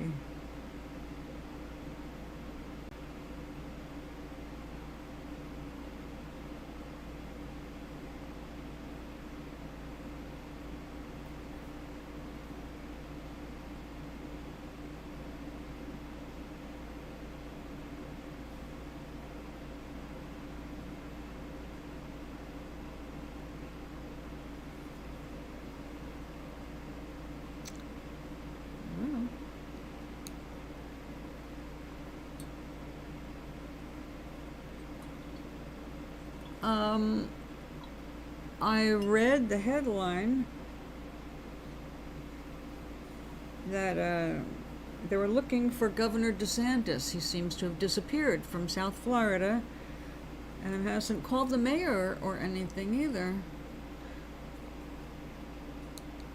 They're waiting to hear from him. It's made of water. Too much water.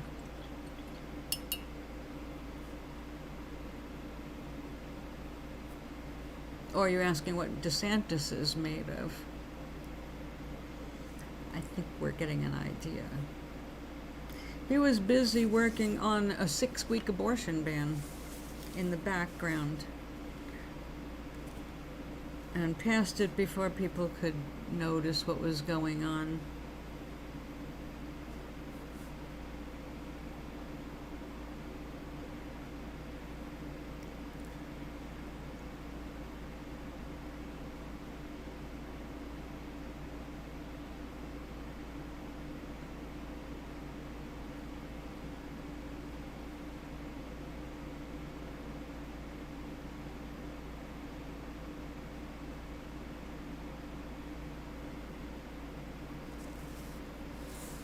Water doesn't smell like cheese.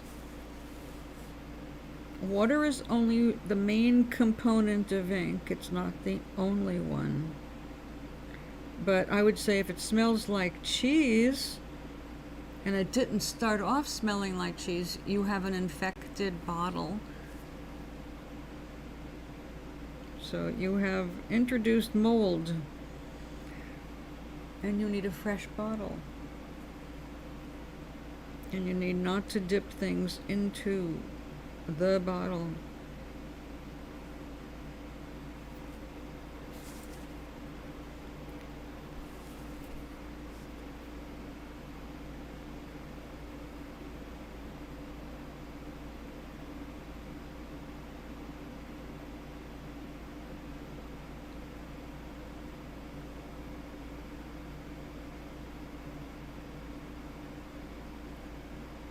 Two feet of rainwater. That's pretty freaking impressive. You'd think it was one of their hurricanes. In that case, your bottle of ink has gone bad. You put something in it besides an eyedropper, and you infected your ink.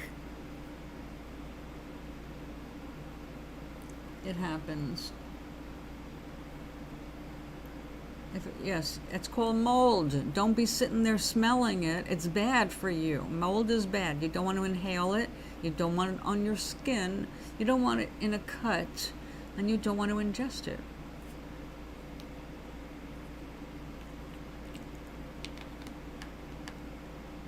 So, you just learned what everybody learns with their first pens. Don't dip things into the pen.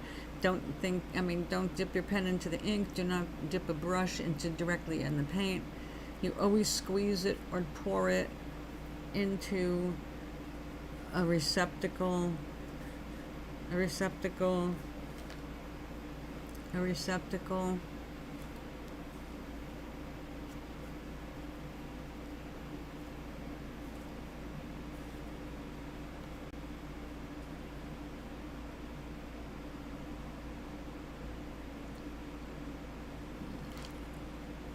Yeah, that isn't a side effect.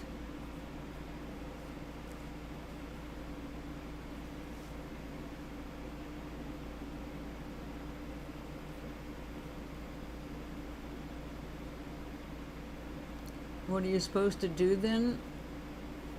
Buy another bottle of ink. That's what you're supposed to do. Wipe your pen down with alcohol.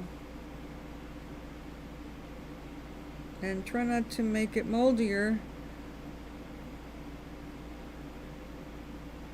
And get another bottle of ink as soon as you can. It's not a good thing for you to be using moldy ink. You can't see it, but there's spores all through your ink, which you could see under a microscope. How do I get it from the bottle to the receptacle? Does your bottle have a dropper in it?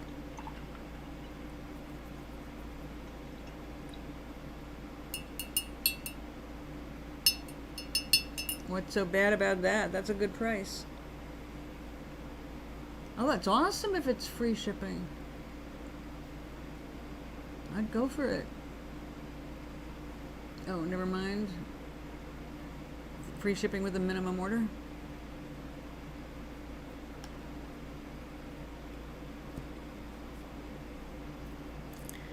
Sweetie, what you do is like what I do. If it doesn't have an eyedropper, you shake it well and then pour some into something that you can throw away or wash.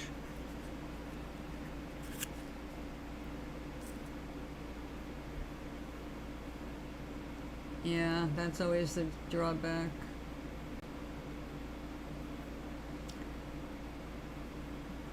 Do your parents have Prime?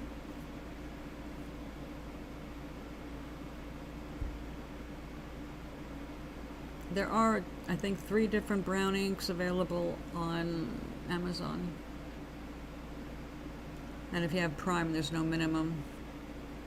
Then again, you're in Portugal. I don't know what I'm saying. I only know the terms for where I am.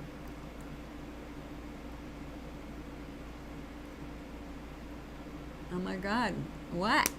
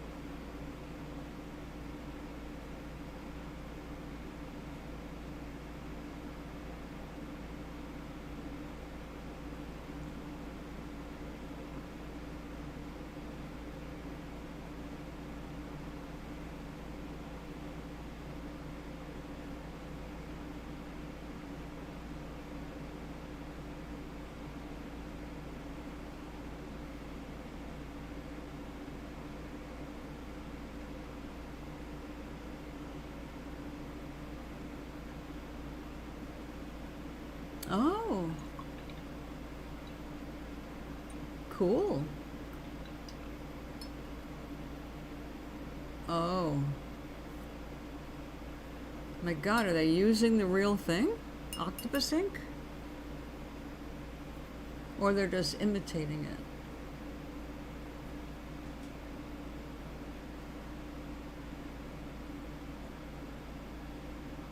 I would hope they're not killing octopus to get their ink. But if they are imitating it, that could be pretty interesting.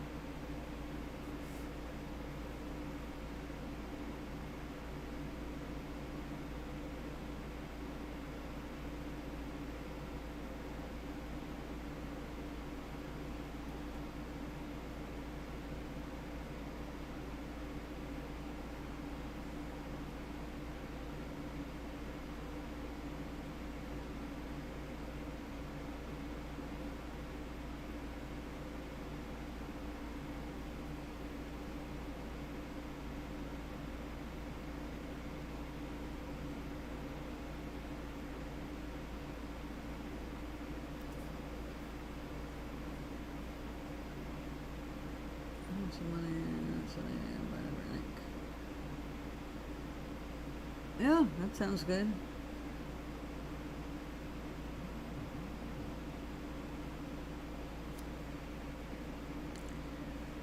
Cartoon a large date.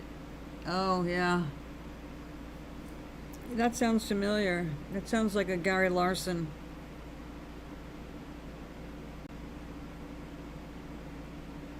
It's almost like that when you see toothpicks. It's like you killed that tree, and this is all you're getting out of it. But they actually do get everything they can out of it.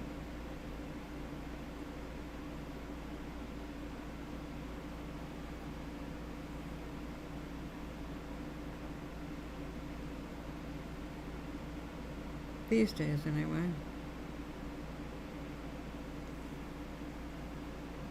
What made you think of that?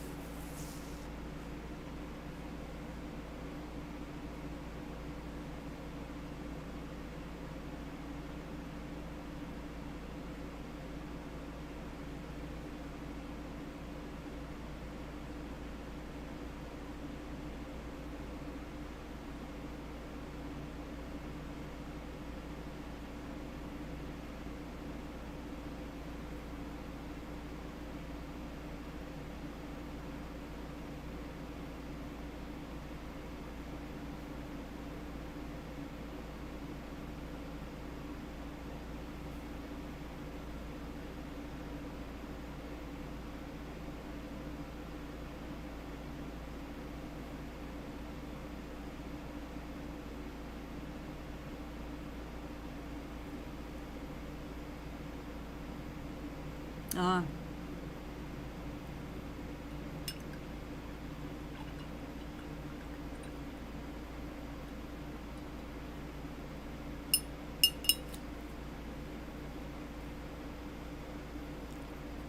Wouldn't it be funny thinking about what you said to that little girl when she asked you what color you were? Wouldn't it be funny though if anything that asked us what our color was, instead of having to choose from a list, we write it in, and we could like use a color matcher and say, well, I tend to be very pale olive.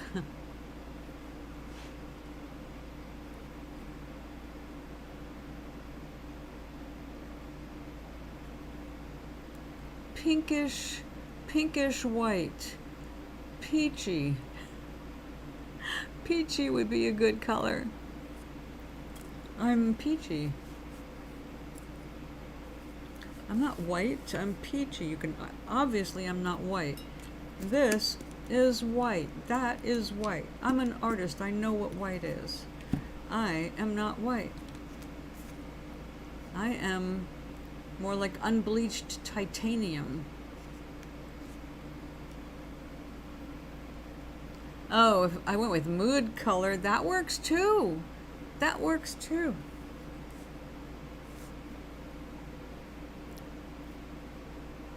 Or I think it was Sheldon who noted that they needed a color for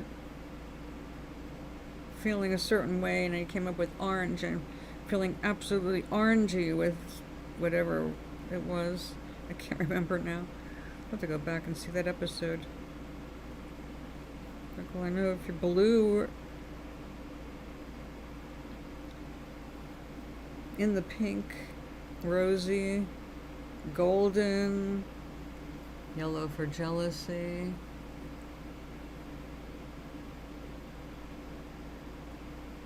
Oh, was she? I thought that was an excellent response. Part of the problem is that we respond in very black and white choices. What if you looked a little deeper than the surface, which would mean coming up with some different colors, just to describe you as an individual, not you as a part of a group? Which I do understand the identity thing, because, you know, you don't want your identity being taken away. But if you are saying, hey, I am a certain shade of black. Justin says hex string.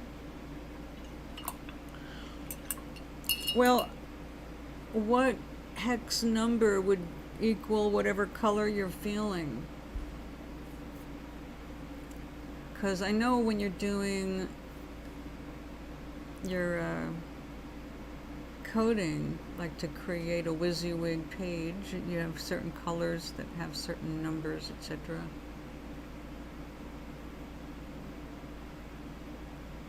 I thought that was great. That's a great response. A small child asks an innocent enough question. And if she was an artist, the color black wouldn't have worked for you. You're not actual black.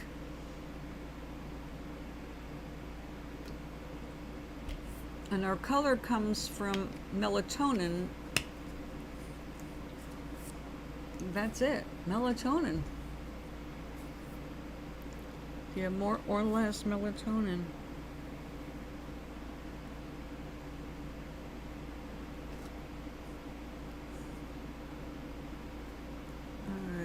That was quinacridone, right?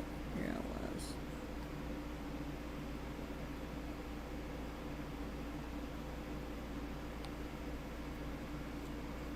I thought that was a great response.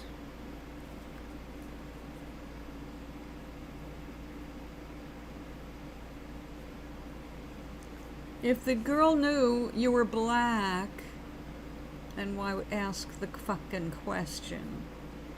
Then it's suspicious. It's like,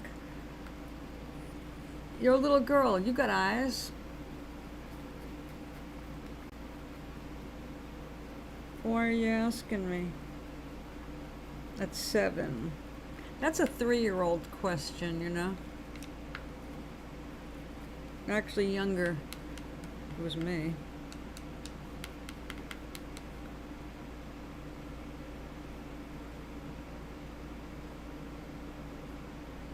Like, where did you get the idea to ask you? At 7 years old, you're not the first black man she's seen. Right? I think your answer was great.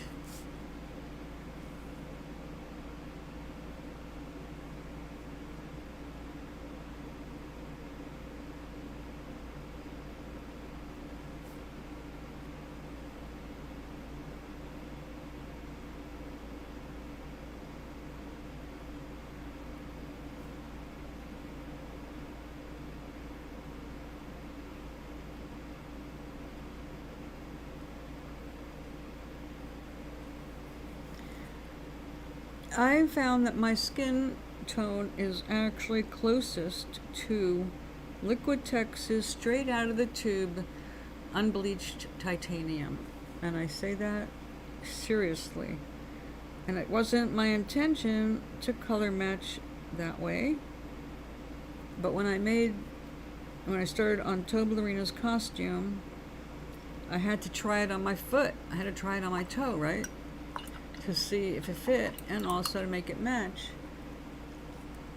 And when I did it, I found that that was the closest color to my toe, which turned out to be straight out of the tube unbleached titanium by Liquitex. So even though I can look at that and go, oh, that's whiter than I am, not whiter than my toe.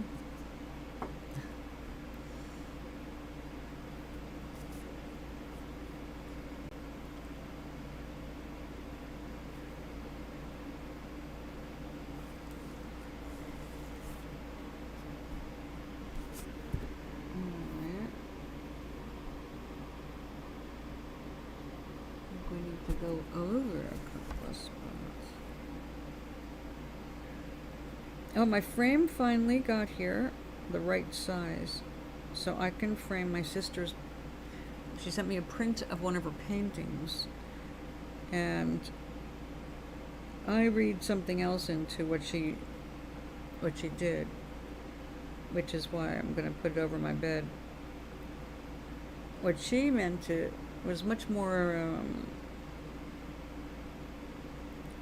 well, not what I believe, but I really love the imagery. So when I told her how much I loved her painting, she sent me a print for my birthday, which was a big deal because she had to go out of her way to have it scanned and printed, and a one-off. So when I got it and I ordered the wrong size frame, like an idiot, I did not double check my figures. I finally got the right one, but the thing came in a tube. It is so tightly wound. When I started to try and open it up a little bit, it was like, oh shit, I'm gonna crease this thing. I'm really worried about it. So it's been sitting for days and it is still really tightly wound. So I sent a note off to my first husband, who was a paper guy, and hopefully he'll notice my question soon. He doesn't use Messenger in general. So, you know. Oh, I see.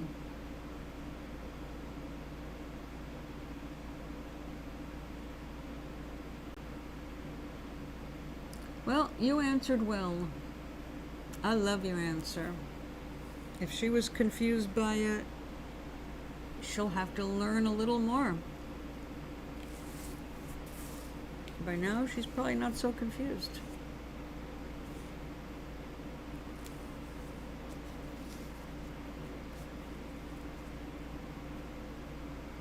I'm not sure what that is. It looks kind of like a heart. Or a sword. 3 swords.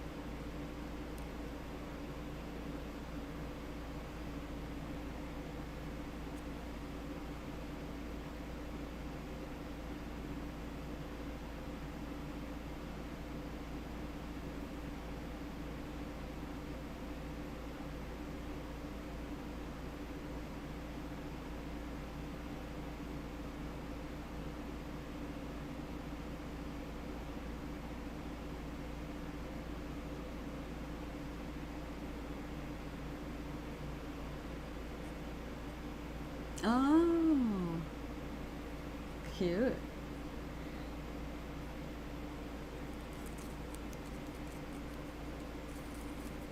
That goes with Charlie's ink getting spoiled and smelling like cheese.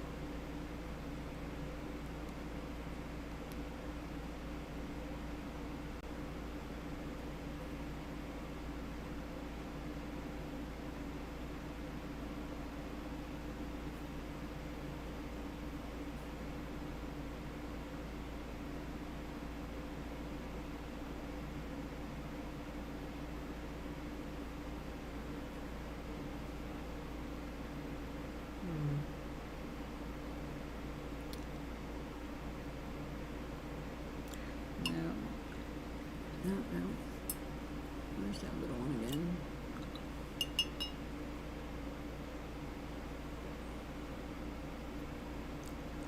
$70. That'd be 12 to get the ink. Is that including the shipping?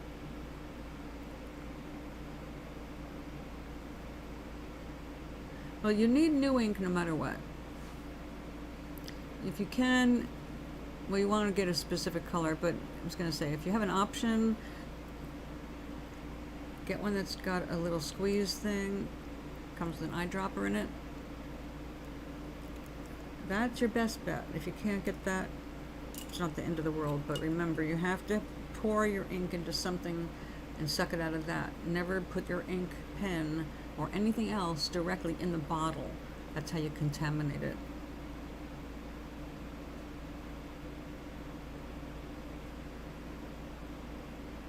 A cup of coffee is $12 these days.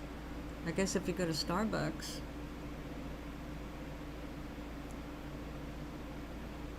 Oh, just be careful when you have it, honey. You'll get through it. Everybody learns the hard way when it comes to their inks and their containers of paint. And sometimes, even if you did not contaminate something, sometimes it happens in manufacturing. The art store that I worked for, we had our own label, and one day I got a whole bunch of silk screen paints back because they were bad.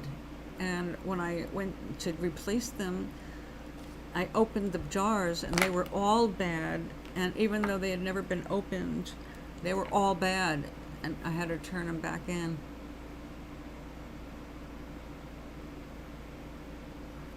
Actually, I have said that before. I don't know if you were listening.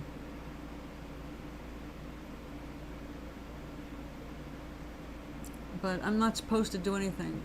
It's your responsibility to research something you're interested in getting. I told you to look up the pens and need to learn about the inks. So I don't accept responsibility for your woes. But I am pointing out, now that you pointed out you created a problem, or a problem exists now, you know what to do about it.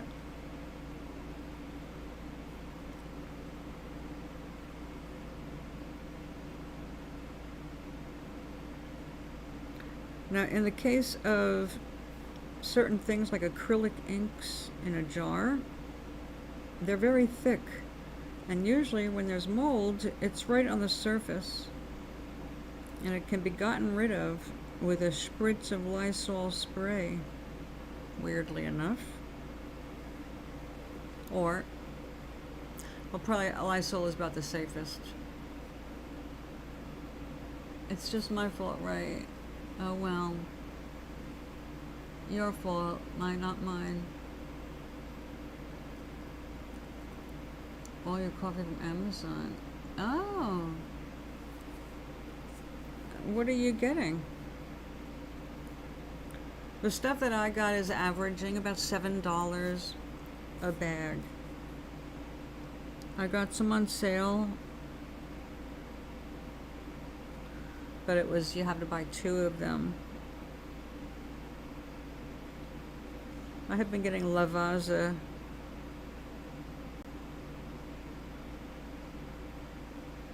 I used to look forward to getting Illy when I was making dark brew.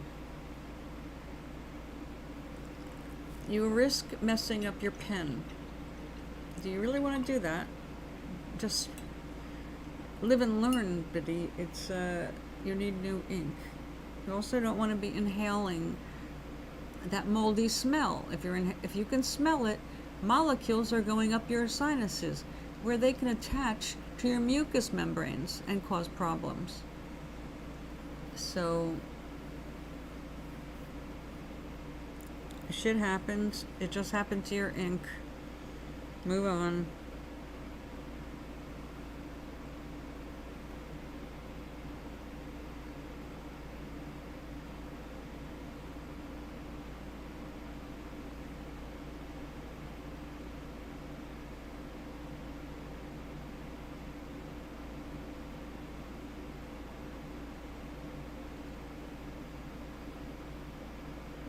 What do you mean keep using it directly?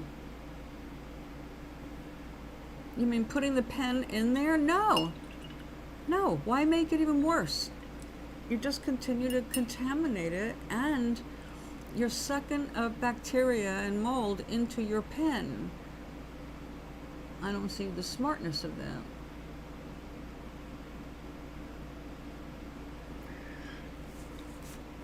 Charlie, you have a source of income. You got $17 in your hands. Somehow you managed to end up with money in your hand, which means you've got the money to buy ink. So you can risk ruining your pen by using spoiled ink, or you can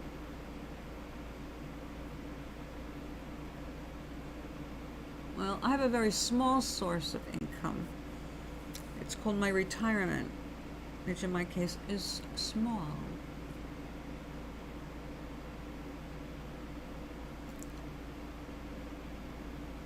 Well, you can either take care of things properly, or you can keep spoiling your ink.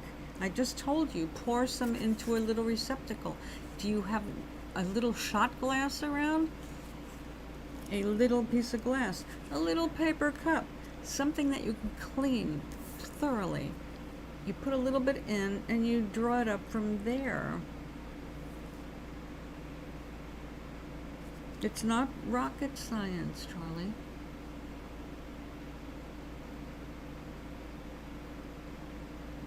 A syringe, then do it. Cleanliness is important. I realize that using a fountain pen takes more effort than a regular ballpoint, but that's why you got it. You like the effect, but you have to pay the price of the care.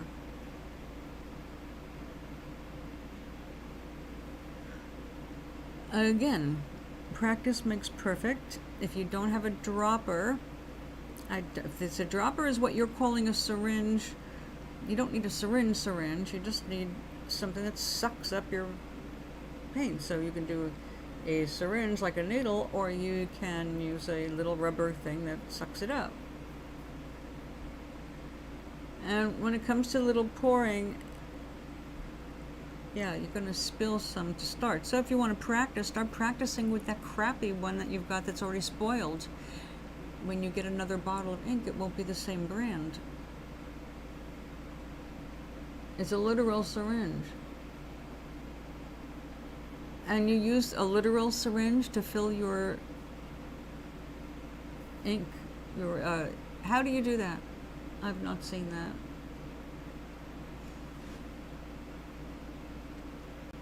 Okay.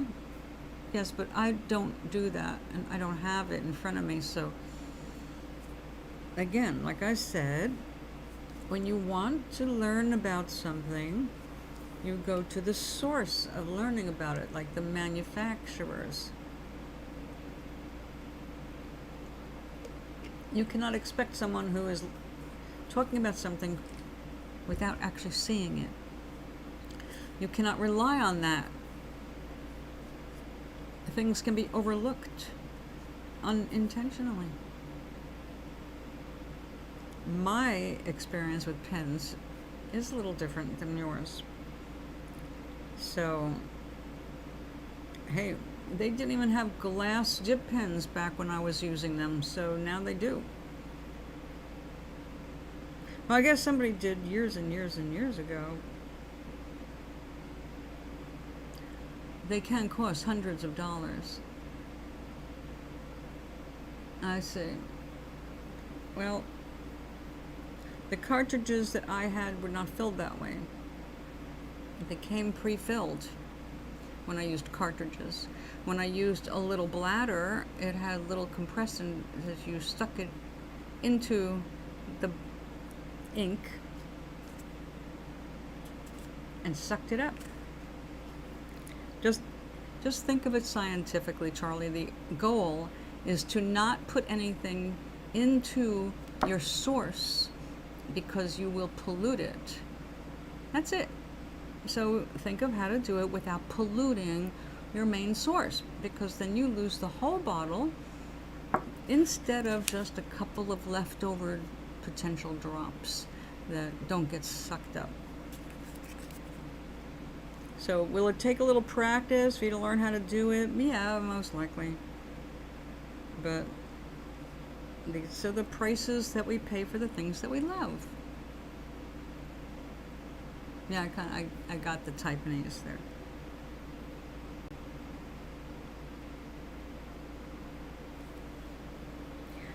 You see me painting all the time, and you also see me doing experiments all the time, because some things don't work just out of the bottle or out of the tube. You have to fuck around with it, and you have to figure it out. It's part of the fun, for me, and for a lot of people. It's like, okay, that didn't work, but hey, how much did I lose? I lost 1 drop of paint. I'm working small. Look how far a drop goes. I don't begrudge myself a little bit of that.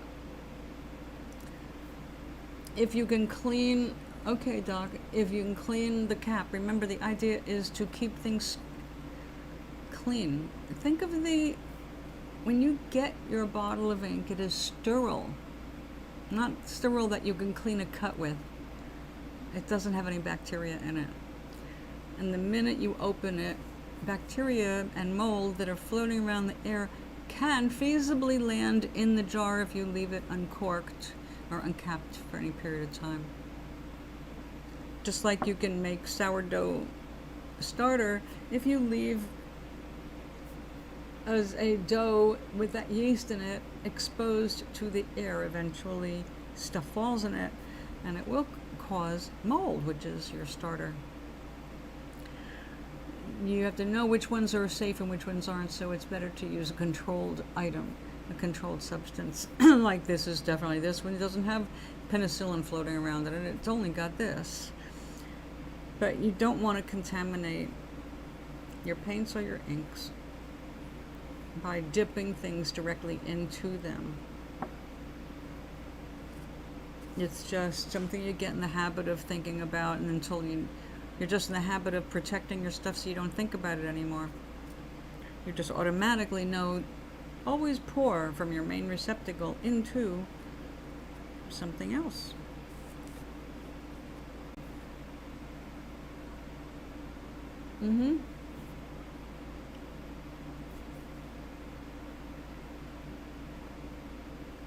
Well, I don't know if you have any around the house, but I have these little cheap condiment cups. They're just little cheap glass cups. It's easy to clean it out with an alcohol swab or soap and water, dry it with a clean paper towel or something like that. And then you can pour a couple of drops of ink in, and you mess with that. What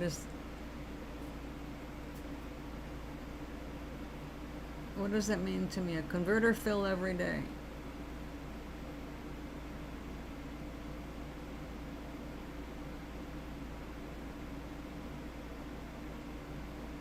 Think scientifically.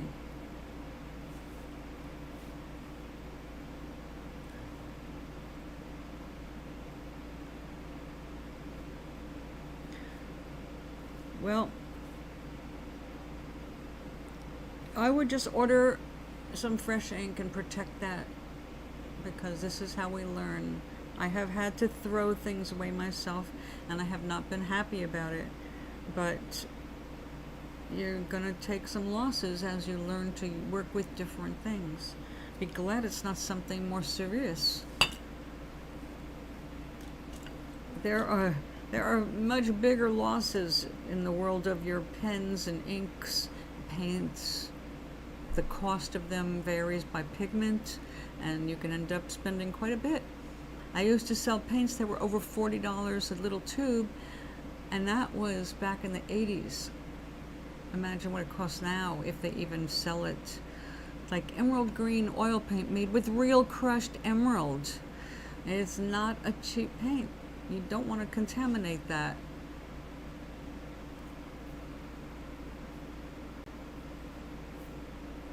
Well, I don't know what's fun about smelling ink that smells like rotting cheese. But, you know, what's the expression? Whatever floats your boat. Yeah, that's why I have all these cheap things. They come, yes, I use this for mixing stuff. You can see where I kind of like pulling the stuff up by hand, so I put an X-Acto knife cut in it so I could grab it and pull it up. And that's the clear acrylic that I mixed in this little bowl. In the restaurant industry, we used to refer to this as a monkey dish. It was just meant to hold little sides of this or that.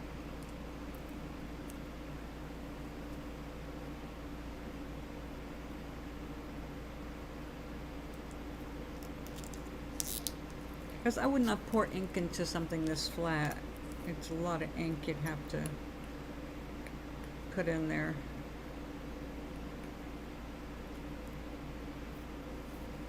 But in any case, you get the idea.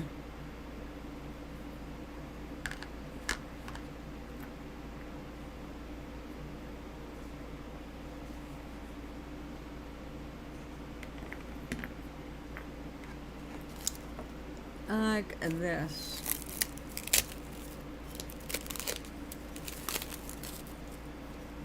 What was I doing? Was this before I went into the hospital? Because it's long dry.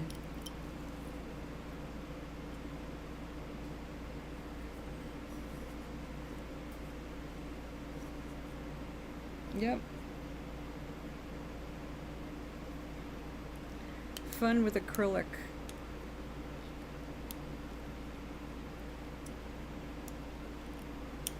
Acrylic is a plastic.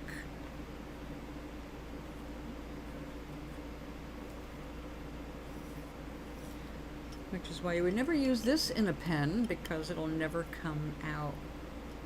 It will dry on the inside and destroy your pen.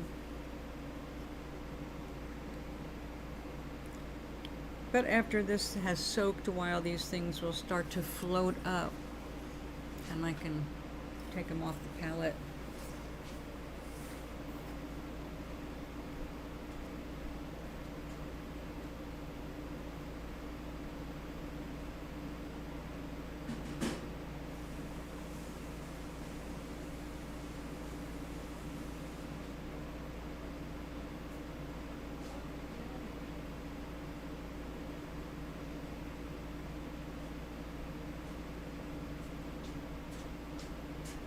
I kept a piece of my cake today. Well, I kept a piece of the cake I made. I made both cakes, but I didn't want white cake with a cheap frosting on it. But this is a banana bread with big Ghirardelli chocolate chips. Obviously semi-sweet. And this is my special reward for later.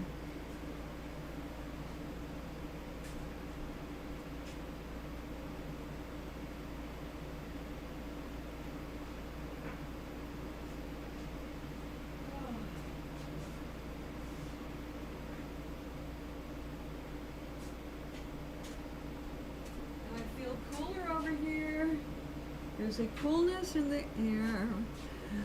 I'm thrilled. what do we have left? Just about a drop.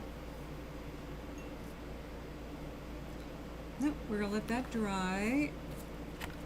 Let's put this on the side.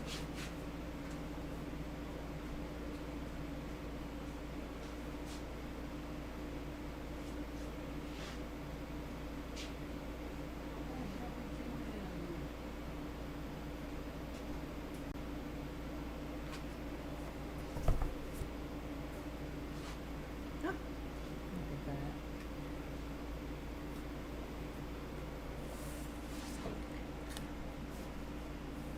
It's coming along. But now it's time for a wash. And the wash is going to be an orange. We have 2 oranges. This one actually went down on this, and this has not been used yet. So, I'm thinking of this one first.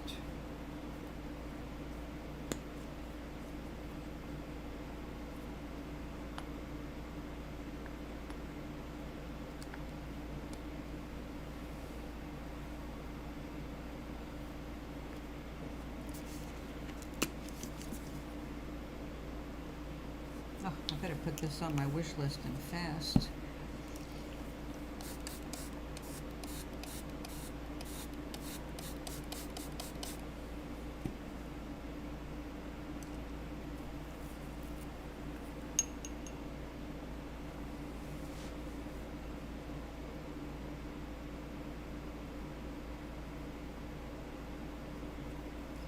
Now, this is always tricky because the whiteness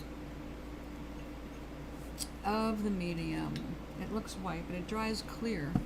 But as soon as you use something with white in an acrylic paint, it makes it kind of like a pastel. However, it's not going to dry that way. When it dries, it's going to be that beautiful thin orange, very transparent.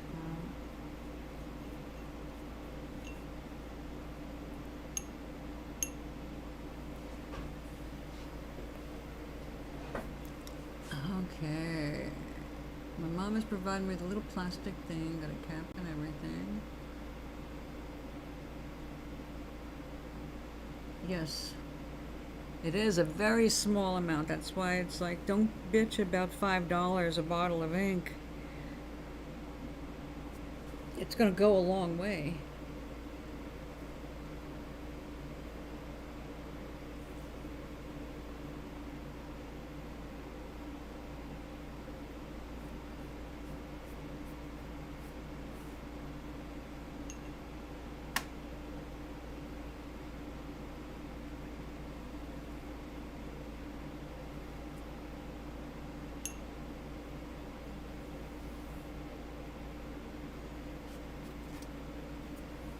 What's the problem?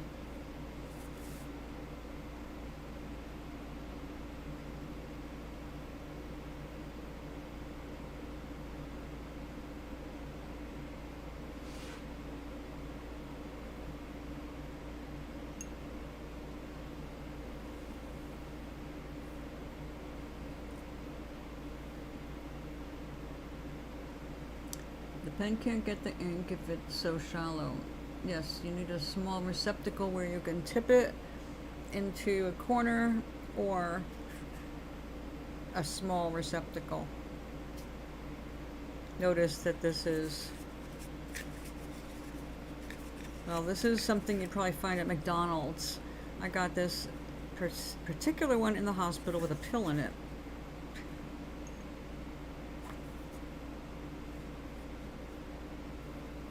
You may need to check out a couple of different receptacles before you find the one you really like. Or, you know, just works for your purpose.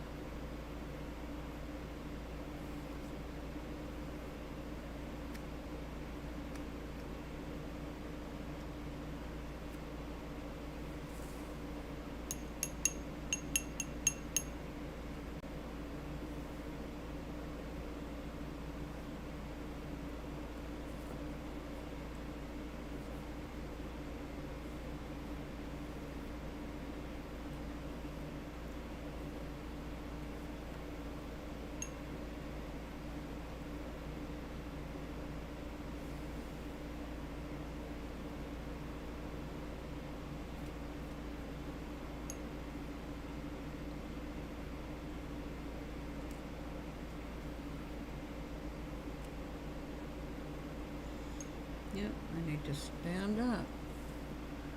But hold on, let me catch up with you. Hypothetically, leave an amount of ink in it for 2 days. If it has a cover, yeah.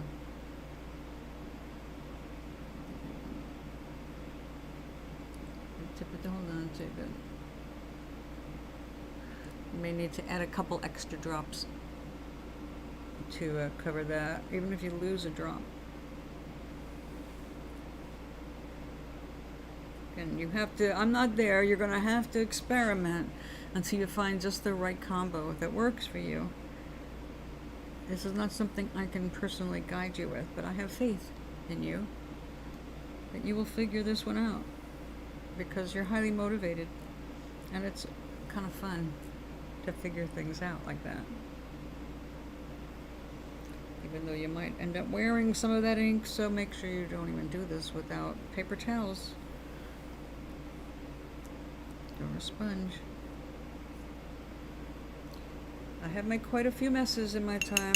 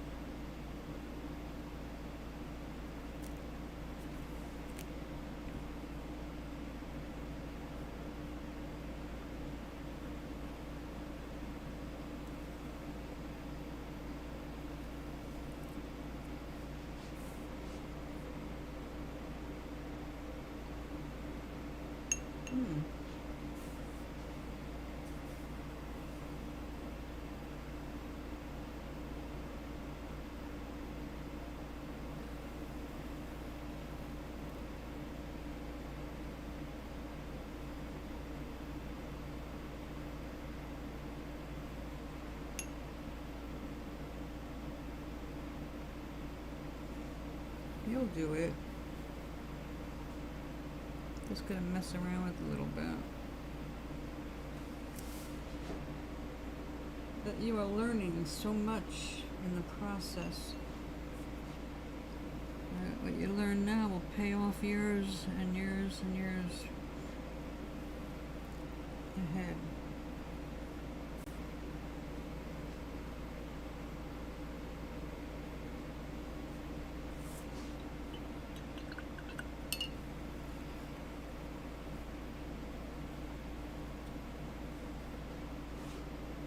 Ooh.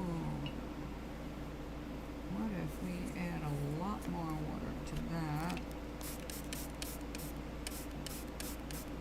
Oh wait, we're gonna need a lot more water than that. Oh yeah. A lot more.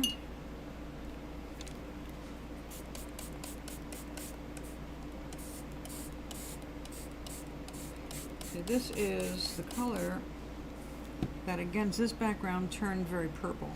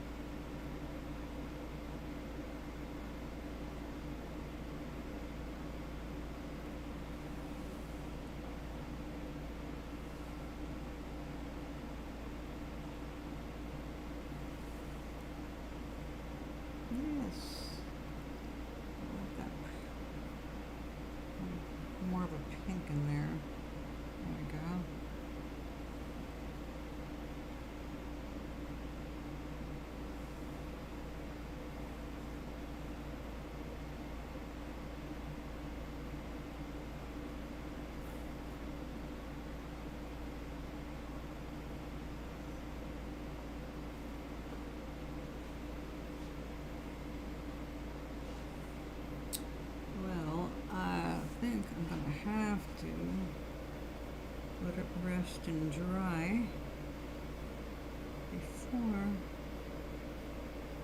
I get too much into this color.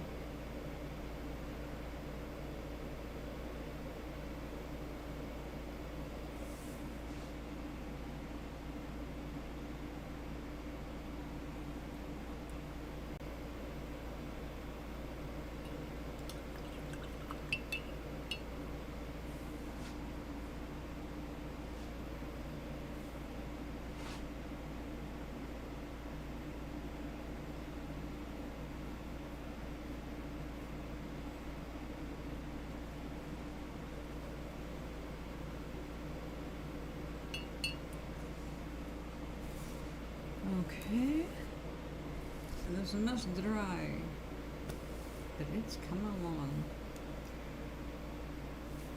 Hold on a sec. Because I didn't use ink on the bottom. I made a good mess, big ol' mess. And the ink stuck to the side of the bottle, surface tension. Aha! How do you avoid surface tension? Shit, without seeing the circumstances. Surface tension is what happens with surface tension. The only thing that breaks it is soap.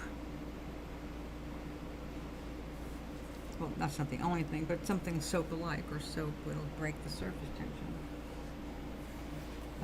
So you're trying to get below the surface. Yeah, again, I can't advise you without seeing it.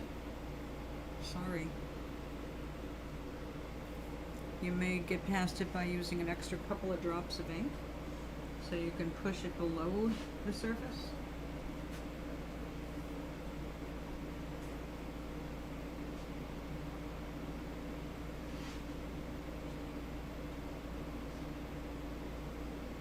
All right.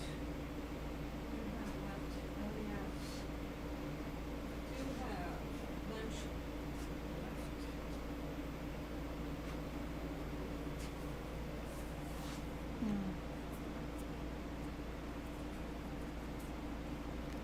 Ooh.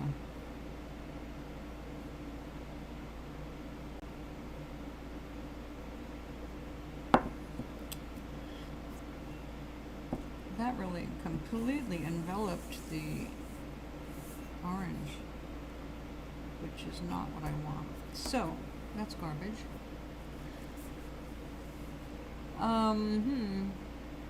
I don't know what to say. Oh, wait a second, we got something really cool here. Hold on. Oh, nothing but clouds.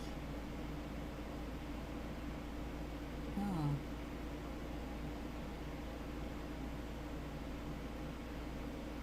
Very cool,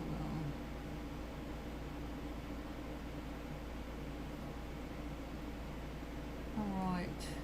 So by now, okay, it is time for the dogs for Oink. This must go into the position to get washed.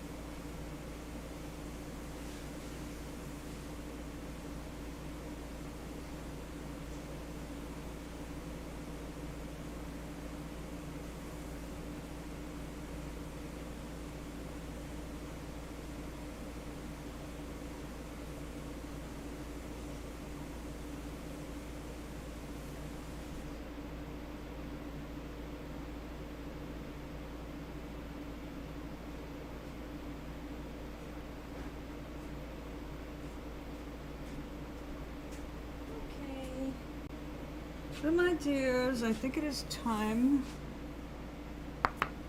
It's time to say. It's only 2 here. What the hell time is it for me? It's almost 4 o'clock here. YouTube. My YouTube closed. Come back. There we are. Wait. Okay. The fun thing about the receptacles, I can dip the nib occasionally. Whenever it gets on. Oh, okay. Oh, goodness gracious. Doesn't it figure? Well, at 4 o'clock, let's see.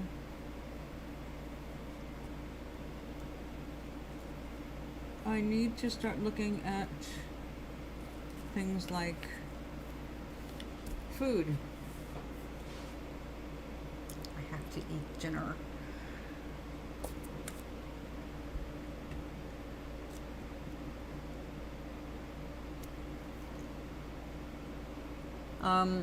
Okay, Charlie, here's the deal. You are working, and this is the, if of all the bottles you've got of ink, this is definitely the one you want to waste in experiments, because you're going to have to throw it away in the end and replace it with a clean bottle. So this is the one you want to make a mess with, screw up with, and all that, but in the end it's going in the garbage, because you don't want that stuff inside a nice pen. You don't want it creating little ugly little things like, you know, like the mother in vinegar. Look that up. I love food.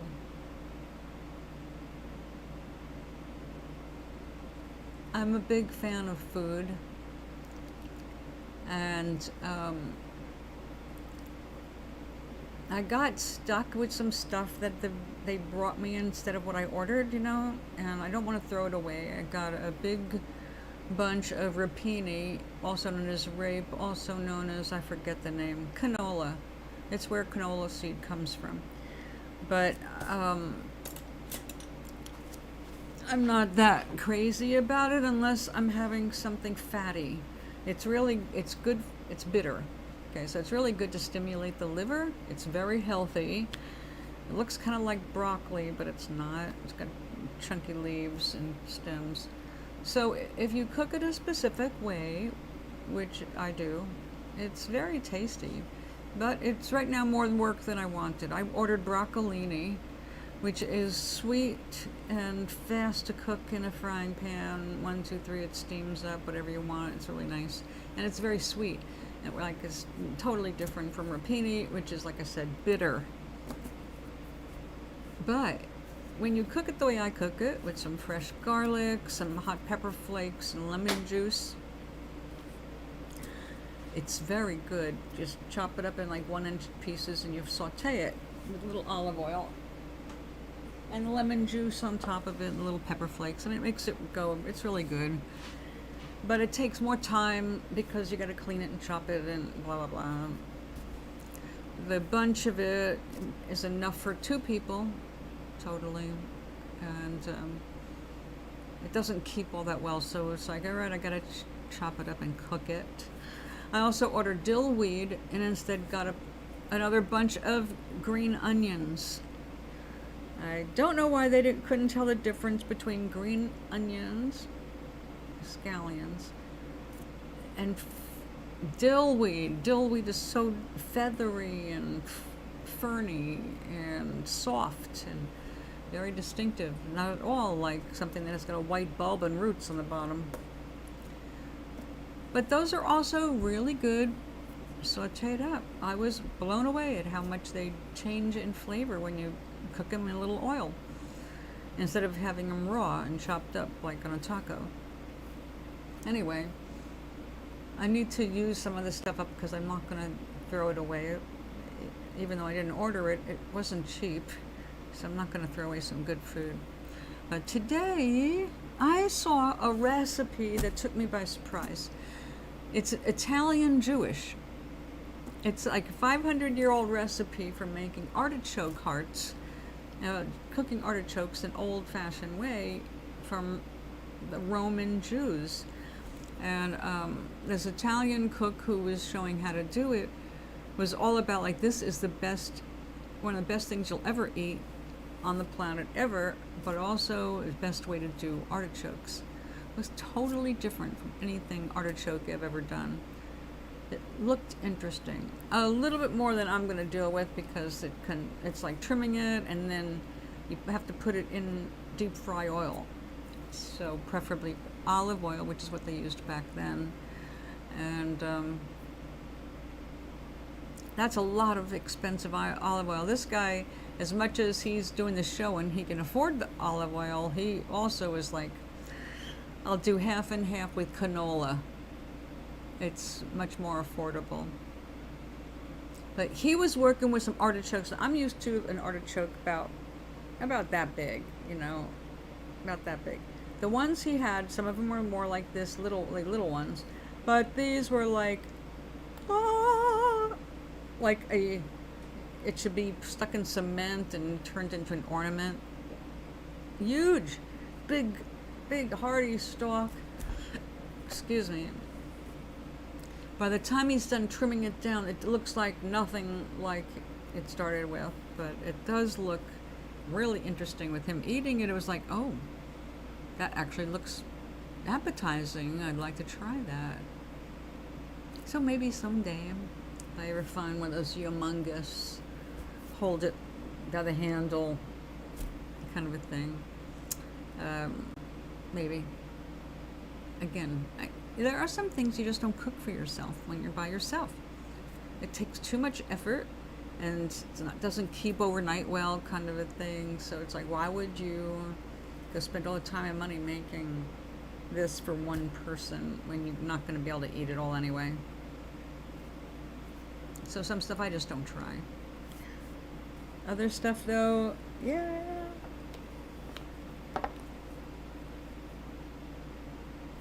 All right. Anyway, enough babbling about food, and it's time for me to go and cook some. So tomorrow, I'm hoping it'll be a little cooler. When it's cooler, I'll be able to turn off the AC so we can have a quieter show. It'll be easier for us to not have all this background noise. So thank you for hanging out with me. Charlie, I know it's a pain in the butt, but you'll get it. It's good to practice on the stuff you're going to throw away anyway. So if you waste it, it's not a big deal. You've got to throw it away. You really don't want to keep using it. Also, you don't want to keep inhaling. If you can smell it, some of it's going up your sinuses. You don't want that. So try not to inhale too deeply while you're working with that.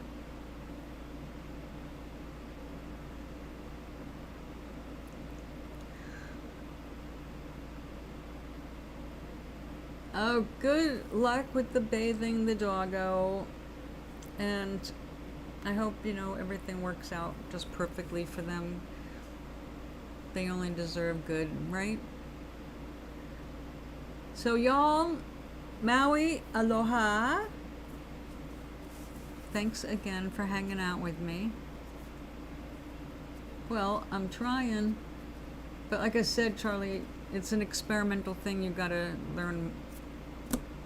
But you're learning, and once you learn this stuff, it's forever. So that's cool. All right, guys, I see you tomorrow for sure.